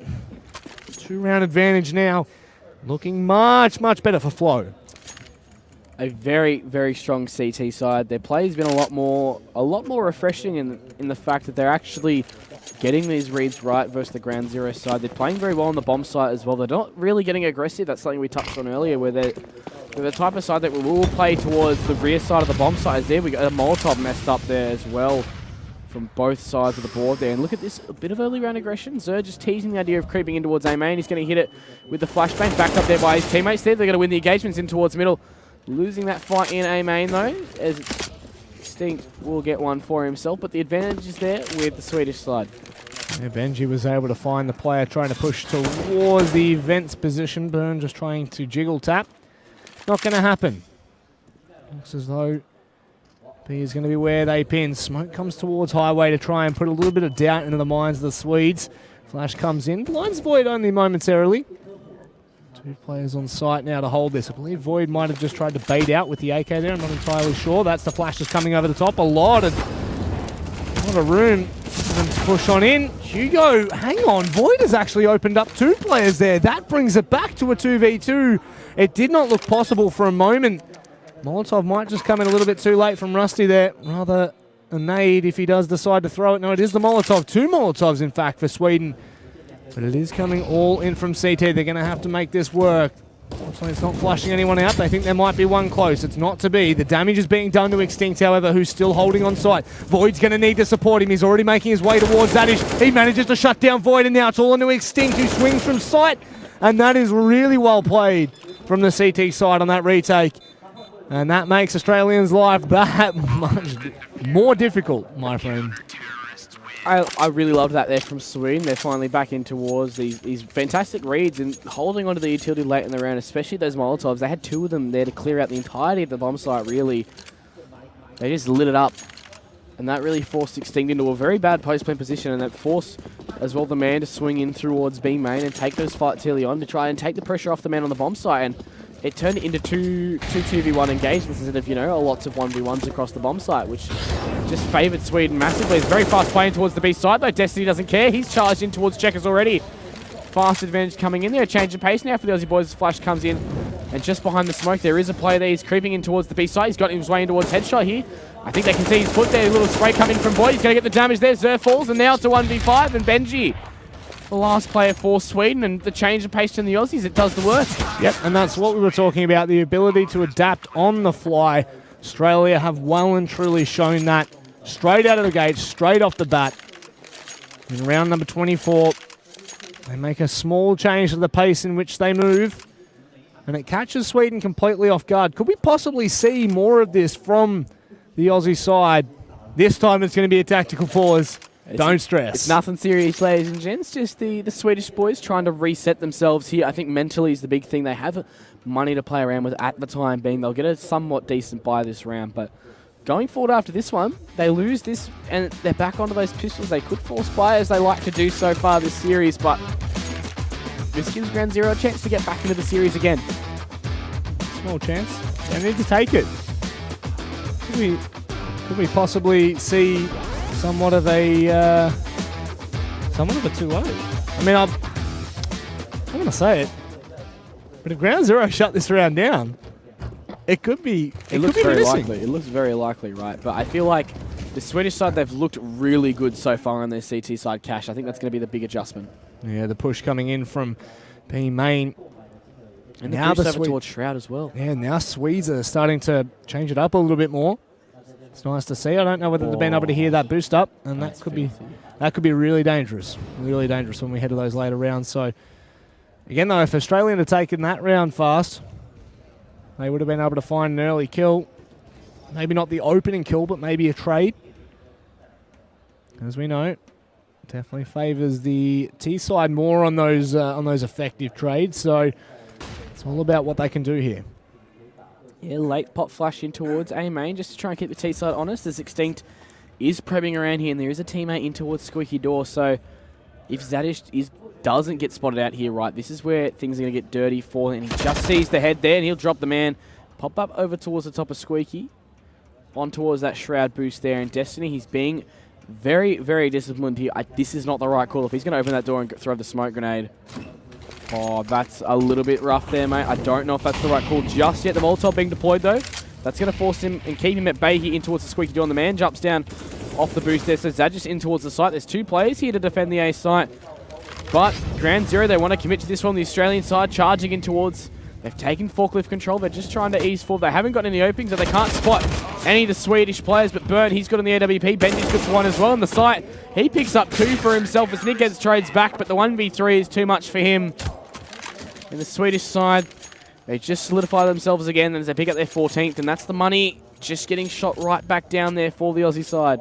Yeah, Benji doing well, holding it down with the AWP. Fortunately, Australia try to force the issue a little bit.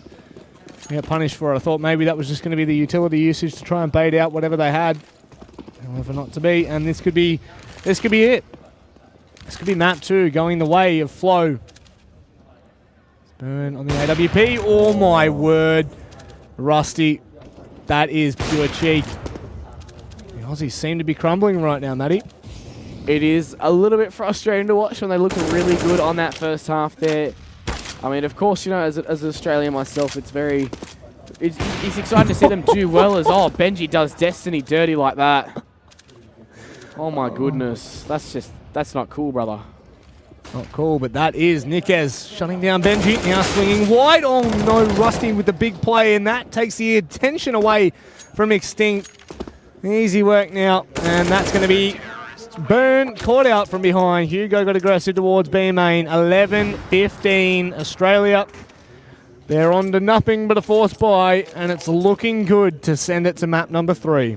Inferno map 3, and as I said before, I mean, Sweden have woken up in this second map, and I think it's looking very, very dastardly for the Australian side here. If we see map 3, they could be sent home. It's a problem, isn't it? It is the map number 3 that I wanted. However, we come back to bite the Aussies, who were in deep control of the second half when it first started. Not so much anymore. The flash is coming on in. It looks like they're going to go a little bit more aggressive towards B. That now opens up. Nickez doesn't spot out the back of Checkers. However, Burn will find a trade. It's now Void with the Deagle, who's going to have to try and open the side up single-handedly. Zer, however, shutting him down as he tries to cross. And Void just making sure he's not being pushed from behind. The economical damage doesn't seem to be too much of a factor in this. Even if he finds one more, they should definitely be able to buy. However, if he can find 2 or 3, it'll make it a little bit more interesting. Well, it's map point, Rob. I don't think damage is the least of his worries. I'm really good at that, aren't I? Yeah, it's all right. It's what I'm here for, bro. No, well, all the money goes into the next match, doesn't it? Oh, wow. I felt a tap on the shoulder, and I was like, huh? But, I mean, Void's big thing here, he's making a lot of noise in towards C. He's not going to be ready for Rusty here. That'll be map 2, surely? No? I spoke too soon, as Benji does make me feel a little bit more confident with myself. As the Swedes, they take map 2, 16-11, and they looked a lot better this time around. Yeah, much, much better. It looked a lot more confident in that second half. We were starting to doubt them a little bit on those force buys when it was just continuously happening. It got a little bit frustrating for a second there, Matty. It did. I mean, some of the plays they were making, it looked a little bit questionable, especially on that T side for the Australian lineup. But moving forward, I mean, Inferno is a big one. Look, I mean, we were saying in the pre-game, map 3, if it goes to Inferno, it's going to be a banger. You think it's going to go the way of the Swedes. I think it's going to go the way of Ground Zero. It's going to be interesting. Regardless of what happens, we are sure to have an absolute banging series in the end of this. I think the huge thing for the Swedes going forward is the fact that Benji stepped up so much for this one. As we're just going to look at some of the incredible players coming across in this match. Cutting back to the highlights right now, actually.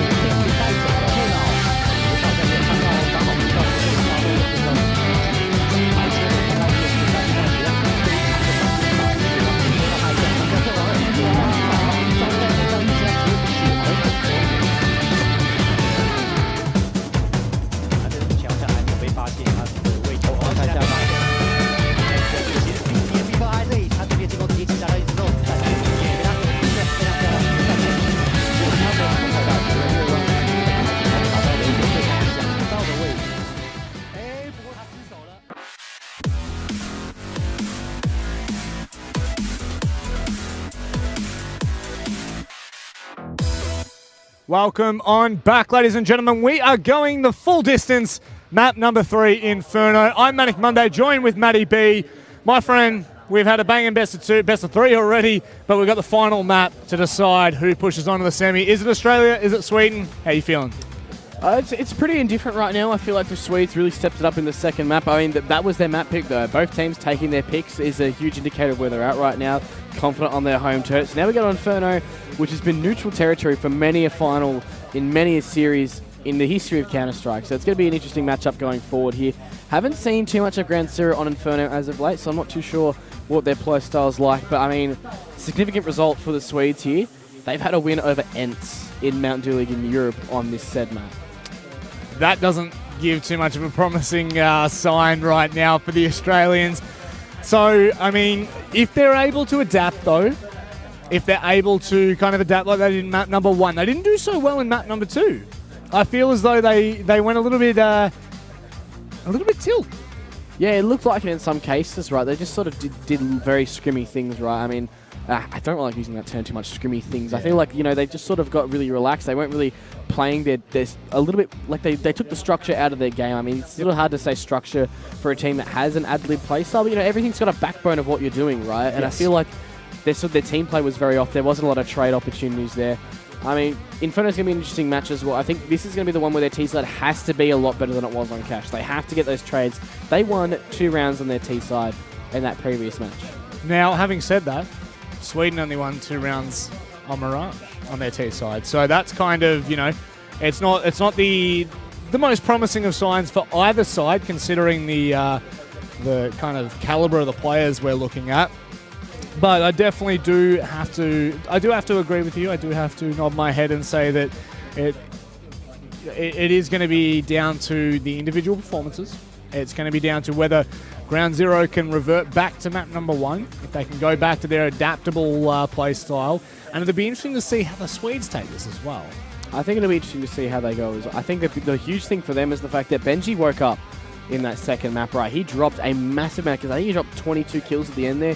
Once he got going in that AWP, he dictated the entire pace of that CT side for the Swedes. And I think that's something we look at for both sides there as well. I think the main thing is the fact that they were both looking so strong on their CT sides on the respective maps. I think coming into Inferno, which is such a CT dominant map, it's going to be very hard for whichever side starts in their T side.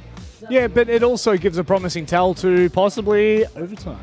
I'm on that. You don't want the games to ever stop. I'm on that hype train right now. I want that overtime. I want that series that we always see. You know, like the kind of nitty gritty, tough, down to the wire clutches in the last couple of rounds that force it to OT. I mean, I'm telling a story without there even being a damn story. However, it's been a fun best of 3 to kind of cover regardless. So we're just waiting. Oh, look at that. Mate, I'm a wizard. Mad like a wizard. Oh, no. The Aussies will get that. Straight into the 9th round here. It's going to be interesting to see. I mean, this is the big part here. I mean, coming into, after, you know, getting a choice of sides on your opposition's map pick. Now on neutral turf, the 9th round here, it's going to dictate who's going to get a good start here. I feel like you almost want to start on T side. I just generally think it's more to the mentality of the players. I actually... Oh, wow. Oh, this is winnable, dude. Hop that. He wins these on land. Go on, Void. Try and... Oh, no. Oh, no. Oh, no. Oh, hello. No, one player's full HP. He's not winning this one. Nearly. Brings it back. Look, all right. I'll let you have your hope there. But... Sweden's now going to get choice of sides, CT or T. They're going to opt for the CT side. I think this is actually beneficial for Team Australia. I think, you know, once you know how many rounds you have to get on your T side, your CT side is going to become a lot more natural.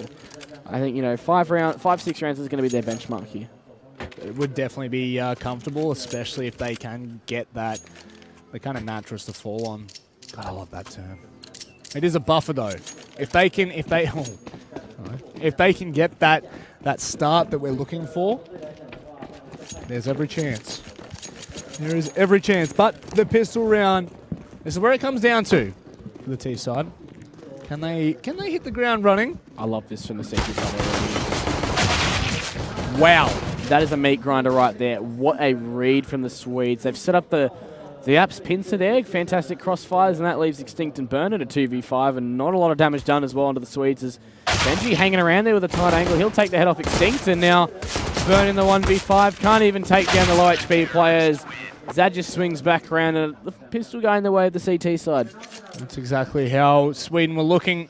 I mean, that was what a little crossfire that was. I love that. The second I saw that on the minimap, I had my heart in my mouth. I was like, this is gorgeous stuff. I love that sort of play from Sweden right there. That was fantastic, like a read, essentially, of what the Australian side was doing. They went very fast in towards middle, and they went straight into the meat grinder. Have been watching their box? Maybe not. Maybe just taking the risk, taking the gamble.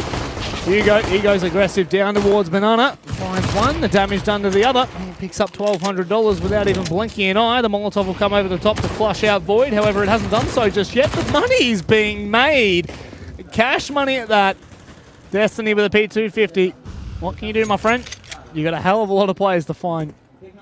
But I definitely have to give the credit to Sweden so far. The calls have been... Oh, okay.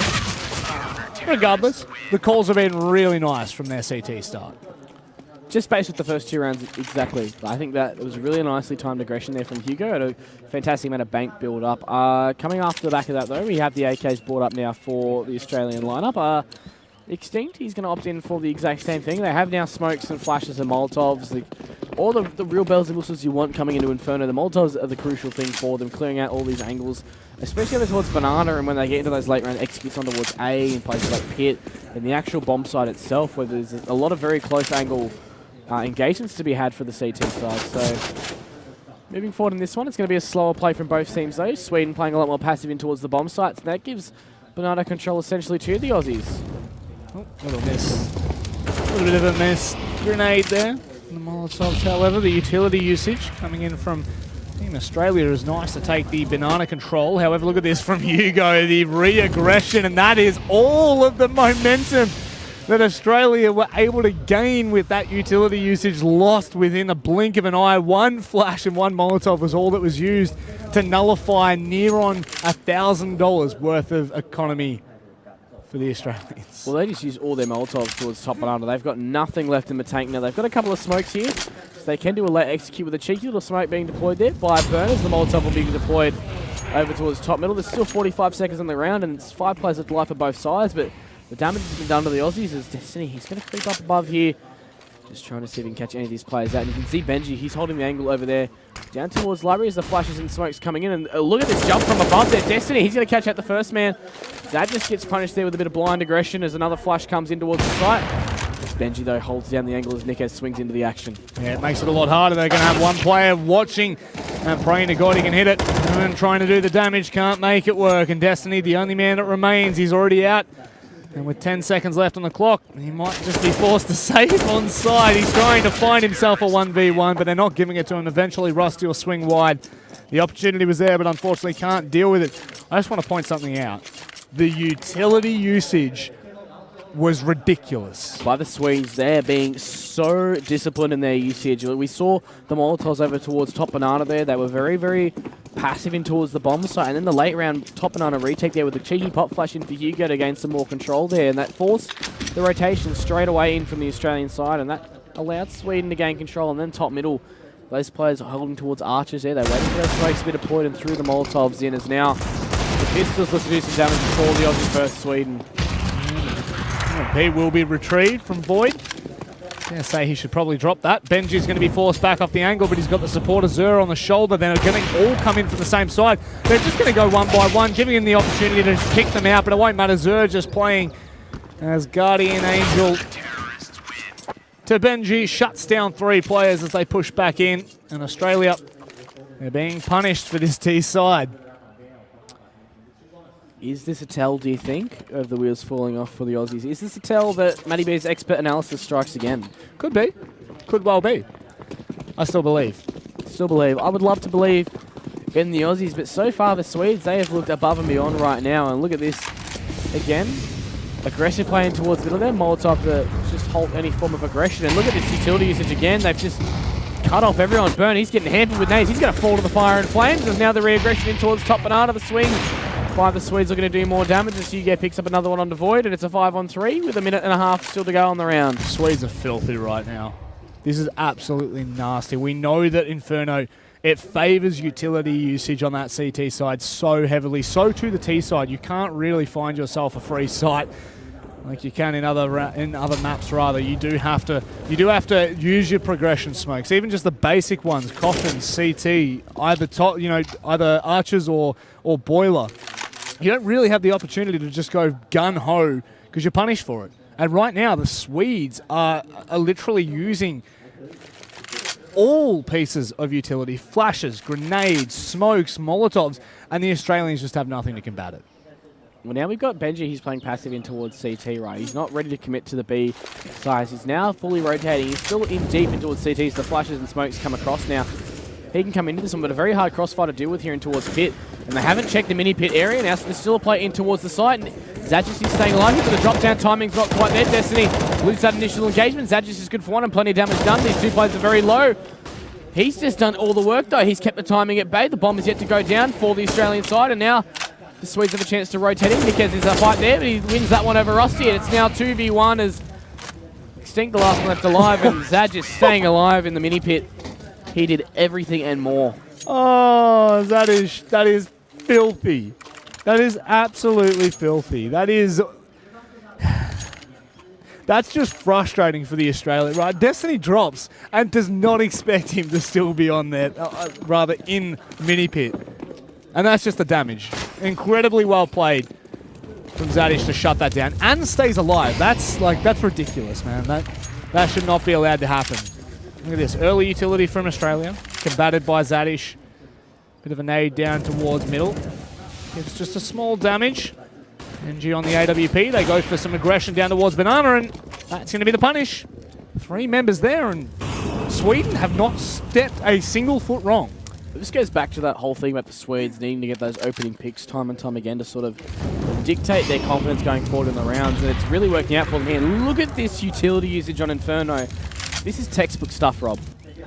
Like, you couldn't ask for it any better. This is just, it's literally textbook. Like, down to the timing, down to the angle. Unfortunately, they might use two mollies there, but the point still stands. The Swedes, they're making every piece of utility count. And oh, Nickers, don't shoot the chicken. You've got 2 to find on site, 1 in pit. It's not going to happen. Burns left in a 1 versus 5. Benji comes from behind. The Australians are getting flexed on. Yeah, series level, 1-1, and coming into Inferno, it's 6-0 lead on the CT side for the Swedes, and the Aussies look very flat on this T side right now. I think they need to just adjust themselves, take a good look at what they're doing. They've gone for the pistol safe here, so they'll have the full AKs and the utility to play with going forward into the next round, but how they execute going forward is going to be the big play here. I think they need to start taking top-middle control early on in the round and maybe falling back then, doing a late-round execute onto B. A simple adjustment, maybe throw a fake. That's something we haven't seen from either team so far in this series. No one's thrown a basic fake. No, they haven't. It's been executes into the site, and if they lose the site, they lose the site. Yeah, they just gamble. Stubborn as a mule, they won't go for the fake, and most of them are being punished for it as well. Destiny looks to go a little bit more aggressive, but he will be caught out. He's already got 2K. Make that. Can't do anything. Void and Nickers, they are just being stomped on out. Australia have to call attack pause at this point and reset. That is literally, like, they can't continue to do this. They will just get brained on every single time. Yeah, it's not working out for them right now, and you can look at it there. The Swedes, they look quite happy there. You can see the cameras, and then there's smiles around, they're laughing, they're shaking hands and stuff, and he looks very glum over in the Aussie camp right now, and I mean, hoping for a little bit more going forward, but the Swedes, they are looking so good right now. I don't know, old mate down the bottom left looks like a stone cold killer. I've not seen him smile yet. Look at it. Look at the adjustment coming through from the Swedish side. They're going to pour 4 down middle. Benji's been able to find 1. Void finds another, but Hugo responds there as well. They've just shut down middle, and that's a bye round for Australia. The pause has to come in right now. They can't continue to do this.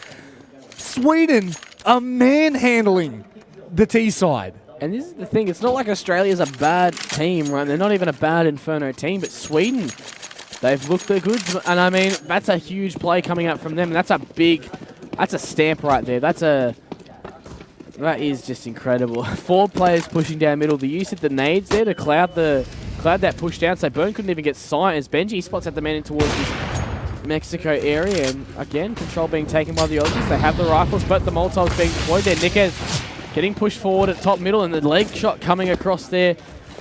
As they're going to continue to push forward though, over towards Library. Slows back down for a moment.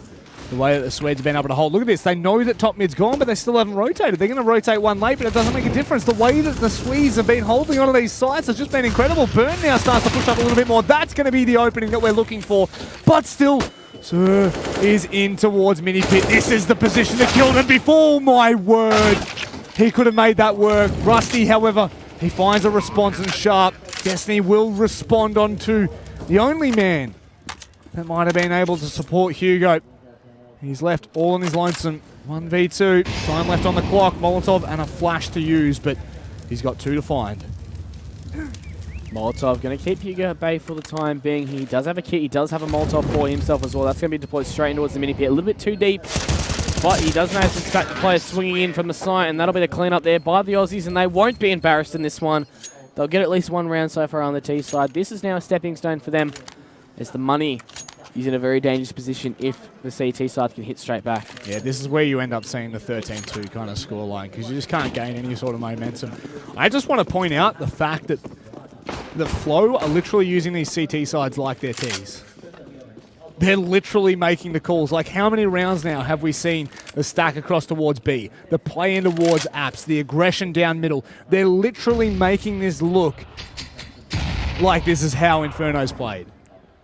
Yeah, and they're owning it. And I think the big thing for them is the fact that they are just running rings around this Australian side. They're getting in their face. They're taking the fight to Simonson.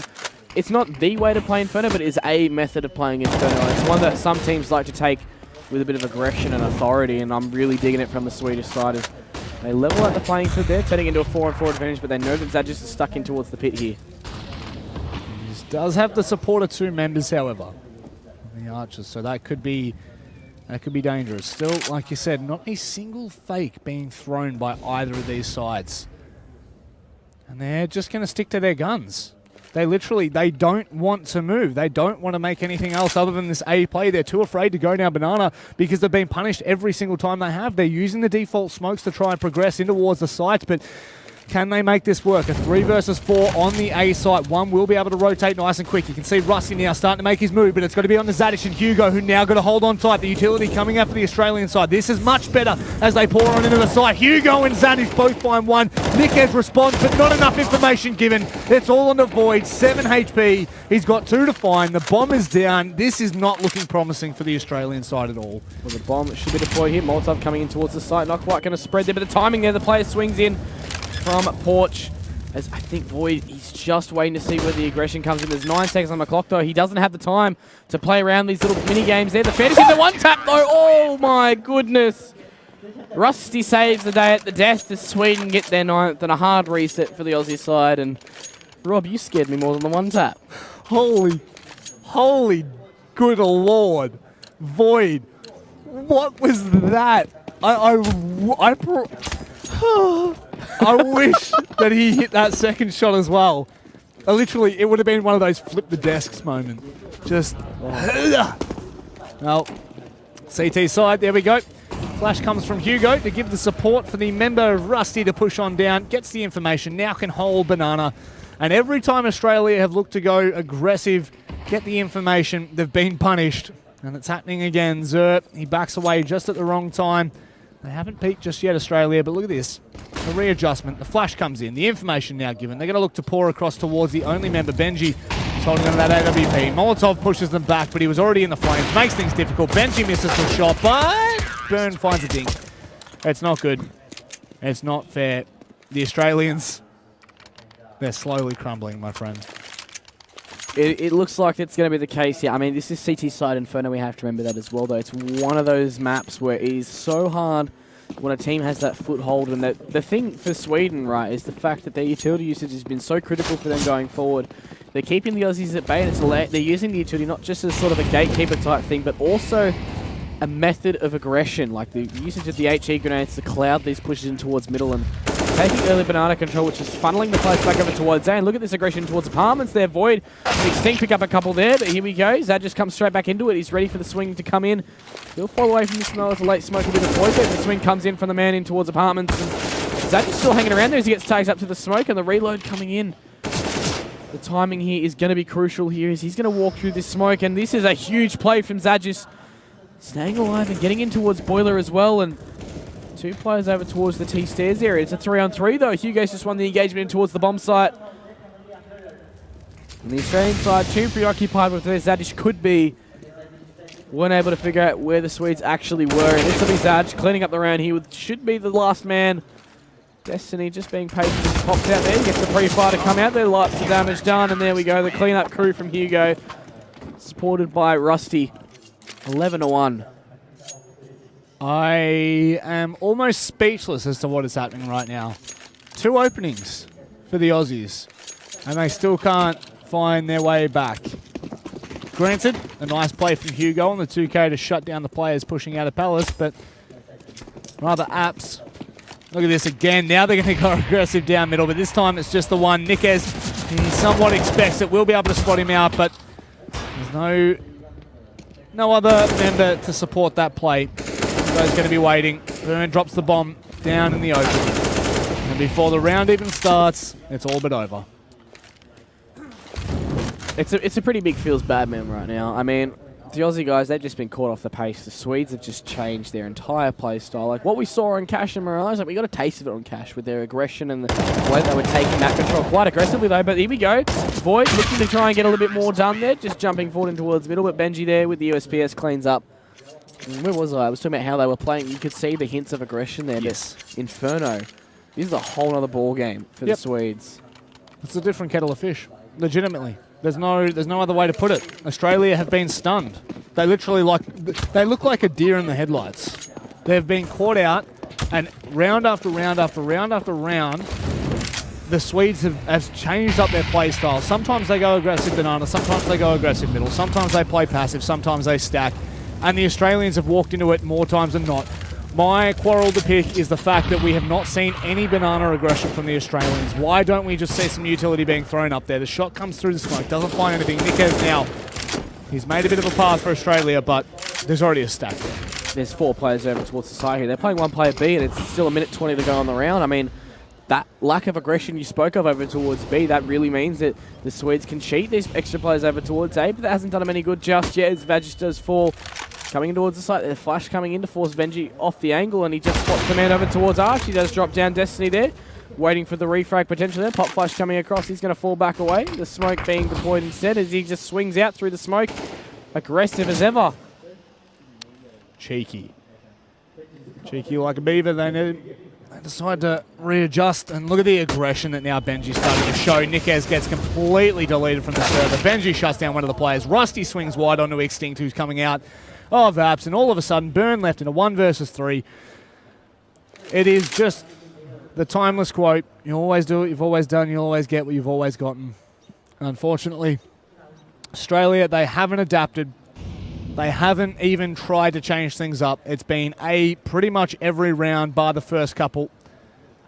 And the Swedes have been able to pretty much manhandle them from there on in. He knows that he doesn't have enough time. He'll be able to find the 1 kill, maybe make his way towards the site. This would have to be a beast-like play. And he can't even take 1 foot inside the site. Rusty plays as the spotter. Not only the spotter, but the executioner. Rips the head off. And 13-1. It's looking like the Swedes have secured their spot in the semi-finals, Matty. A huge step forward then, and they'll come against the winner of Thailand and Malaysia. Probably for them, lesser teams in the Australian lineup, you'd have to think. And I feel like they're looking forward to a potential grand final matchup against the likes of Finland or Romania or even Portugal if they get the upset. As that's pure aggression from Benji that's punished by Destiny over towards that middle area there. And just a little bit audacious. Now, right, you've got an XM on A site. B site, you can understand if you're playing aggressive. How many times do you ever see an XM played on A site? Do you not remember the old days of Hiko in towards Boiler with You Mag watched. 7? Oh, I got really excited there. He could have done so much more damage. Generally, when you see that, you see them pushing in towards apps. They're going to go on towards A again. And Rusty's changed his position up from last time. They haven't checked the angle, and they're being punished time and time again. Rusty, he spanks them on the wrists and send them home crying. Burn is now the only man left. The bomb on the back, the AK in hand. They're teaching them a lesson. Well, Hugo goes fast back over towards B. They're going to split themselves up. They're backing themselves to hold the sights as Rusty does have a couple of flashbangs here to hold off this one. Hugo with a Molotov in the back of the site. And they're playing very passively here, but Rusty cleans up there with a 3K for the round and 14-1. And dear, oh dear, Team Australia, they're getting manhandled by the Swedes. It's not even like... Yeah, the only round that they won, still, where were the B fakes? They didn't touch B after those initial 5 rounds where they got mowed down by Hugo's MP9.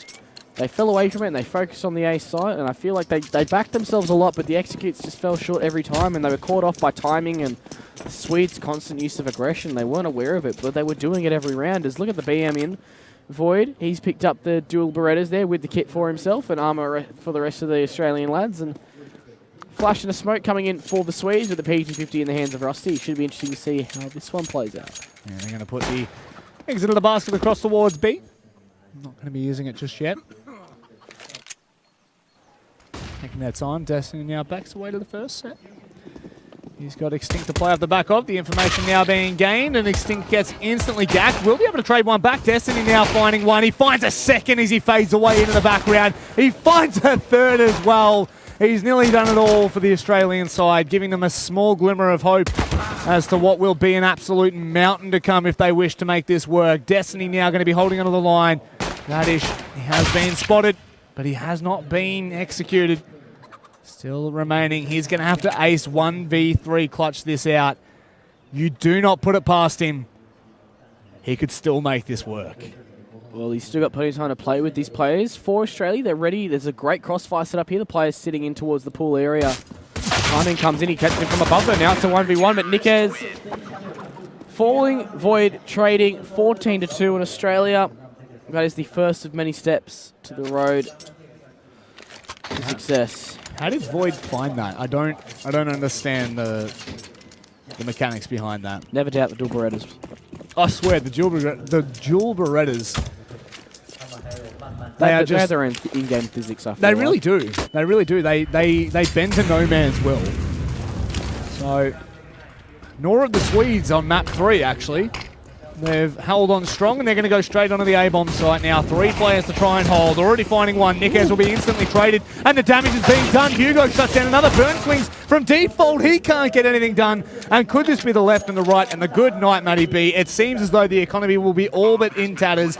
They're going fast on towards the site, but it does not look that promising. Destiny, he pushes with the MP9. He shuts one, and there's no trade. It allows him to continue playing, and it's all on the bench now with a P250, a set of armor. They don't want to let that time dwindle too much longer. He's still trying to find a head, maybe an insta-play, but he's just being able to dig one. Oh no, not again. They haven't been able to stick it in the meantime. Destiny now has to go aggressive. If Benji makes this work, this will be absolutely devastating to the Australians. He's taking more damage here, Destiny. Still playing around at Benji. He makes it work in a 1v2. How does that happen? Well, that's the back broken there for the Aussies. A PT50 1v2 clutch on the retake, and Benji played that to the utmost perfection. That is heartbreaking. Unbelievable. That's just been the test of the will so far. It's been a little bit rough for the Australians in map 3. And it seems as though the fashion will continue. Burn falls out first. And now Destiny looks to get a little bit more aggressive. The flash comes out. Just timing is all that's in it. Extinct now gets absolutely deleted. And Australia, their dreams are all but done and dusted. They almost had it in map 2. They nearly shut it down with a 2-0. But the Swedes, by goodness, if this is not a warning sign to the teams in front, Matty B, I don't know what is. is a message and a half there. They have just destroyed and deconstructed the Australian lineup. They're 16-2 on Inferno, Rob, and by golly, I'm reeling from that one. I expected the Swedes to take map 3, right, but not like that. No, it never looked in doubt, not for a second. From start to finish, the Swedes have performed very well in map 3. That one was a little bit of an interesting one for the Ground Zero boys. They nearly made it work in map 2, but you have to take your hats off. There they are on stage. Team on your right-hand side, they will be heading through to the semi-finals. IGL's now shaking the hands, and that's gut-wrenching for the Aussie side. I think that's our 4th year in the row going out in the quarters for CSGO. Yet to really improve as of yet. I mean, there's a lot of talent coming across in these events, and Sweden, they've certainly deserved their place right here. What a fantastic series. Yeah, it was an absolute bang and best of 3. I think that just kind of it brings to light what we were talking about in the pre-match, in which the Swedes, they're well structured. You know, they've got the European advantage, right? You can't go past it. The EU teams, they just have this little bit extra, right? There's just something behind it that you never count out. It's that discipline, I feel like, and there's that discipline with that hint of cheekiness as well, and that slight arrogance that comes with it as well. But I feel like that's part of their flair, right? And that was the real Swedish flair we just saw then as well, you know? The mixture of that confidence and swagger we talked about when we talked to them at the hotel earlier today, with that in-game confidence to go with it, and that Inferno map was a totally different Sweden. If we see that Sweden for the rest of the series, they can certainly really punish a lot of sides in the rest of the event. Yeah, I mean, that was really impressive to watch. There's no other way to put it. Map 3 was, I hate to use the word flex, but it was. There was no other way that you could look at it. They manhandled, they bullied Ground Zero out of the map and out of the tournament as well. They push on to the semi-finals. They look hot to take this. Especially with a potential matchup versus Malaysia or Thailand, right? I mean, like I said before, like, not to discredit those sides, but it's certainly one of the weaker ones in our top 8 pool right now, and I feel like Sweden are licking their lips at the prospect of that grand final. Well, that's it, isn't it? It's the prospect. There's that grand final that's ever so calling, and Sweden have inched themselves that one step closer, but you can't take anything away from either side. They both put up a fight on the respective map picks. And of course, we have the run that both teams had in the round of 16. So, you know, there's no taking away from either side. It was a good matchup. Unfortunately, it wasn't the way in which I would have loved to have seen it finish. You were confident about the fact that they were literally just going to come out and show the Australians how Inferno's really played. I was confident that the Australians were going to put up a fight. And we were going to see one of those the FaZe Cloud9 kind of matches in the triple overtime. Didn't happen though. I think the huge thing, right, is Inferno is just deeply entrenched in like Swedish Counter-Strike history, like, you know, with all the Fanatics and the NIP lineups that have just had so many famous matches on it. I think it's a staple for that area of Europe, right? And they showed that, right? They knew exactly what they were doing. They played that sort of more hyper-aggressive style that you used to see teams like the old Virtus Pro and things put together. And it showed that they played that to their strength. It really suited their playstyle, and I hope we see that across other maps as well. I think they would have really benefited from that playstyle over Mirage as well. Yeah, I definitely think that maybe look, I'm not going to take anything away from them, but map 1, it wasn't the most promising of signs. No, I think that there's a lot that they can go back and take over. Look, regardless, we can't sit here and bat on about that, because that was the performance that we were looking for from the Swedes. Exactly, and I think that 2-1 outcome, right, that was probably the most likely outcome, right? I really don't feel like you could discredit either side and say there was going to be a 2-0. I think the way that these two teams matched up head-to-head, just in comparison to the sort of teams they've played against in the past at this event, and their play styles as well, I think the huge thing, right, is that Sweden, they realised over on Cash what their play style should be. Yes. And I hope that is what they look forward to coming into tomorrow. Yeah, that's kind of what we might have to look forward to. We do still have the semi-finals on tonight. Can't discredit either of those teams that are going to be pushing on through. Who do you think we're going to see in the grand final?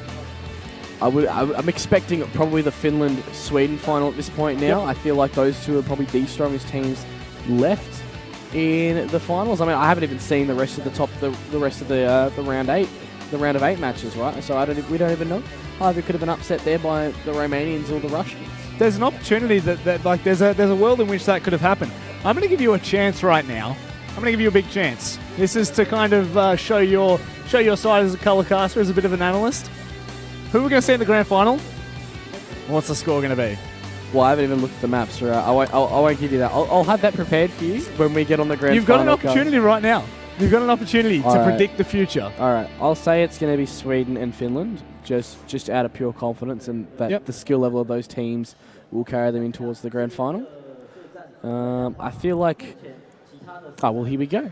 Shout out to production. They're helping a brother out here. So we've got, we go Finland versus Portugal there, and Romania versus Israel.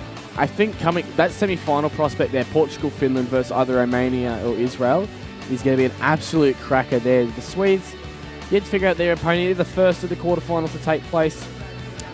I think Sweden and Finland is the most. Swinland. I definitely think that the Swinland that's going to be the grand final in which we see. But to be honest, I think the Swedes have a little bit of an easier run. I think that the Finnish team have been given a bit of a backhand with the draw, considering the teams. Ooh. They've got to deal with Portugal. All right. But regardless of that anyway, going to cut in, take a look at some of the fresh hits of this matchup, guys. We'll be right back right after this.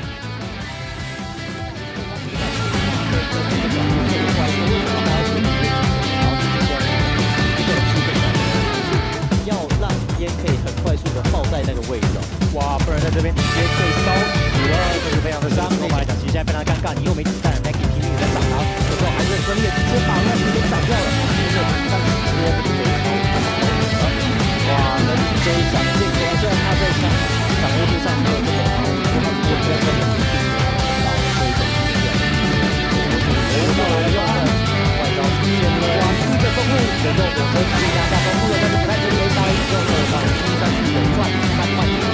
哇，对压制来讲的话，让对手直接在还没出斜坡就全部倒光了。哇，他非常的尴尬，只是因为秒牛是他觉得哇，抓那个神经枪，我的天！我觉得这部分换取很多时间，还在撑，然后也过了过去，很大胆，这个关键哦，是太多事情，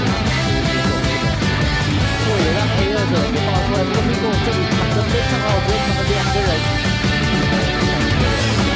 接着往来。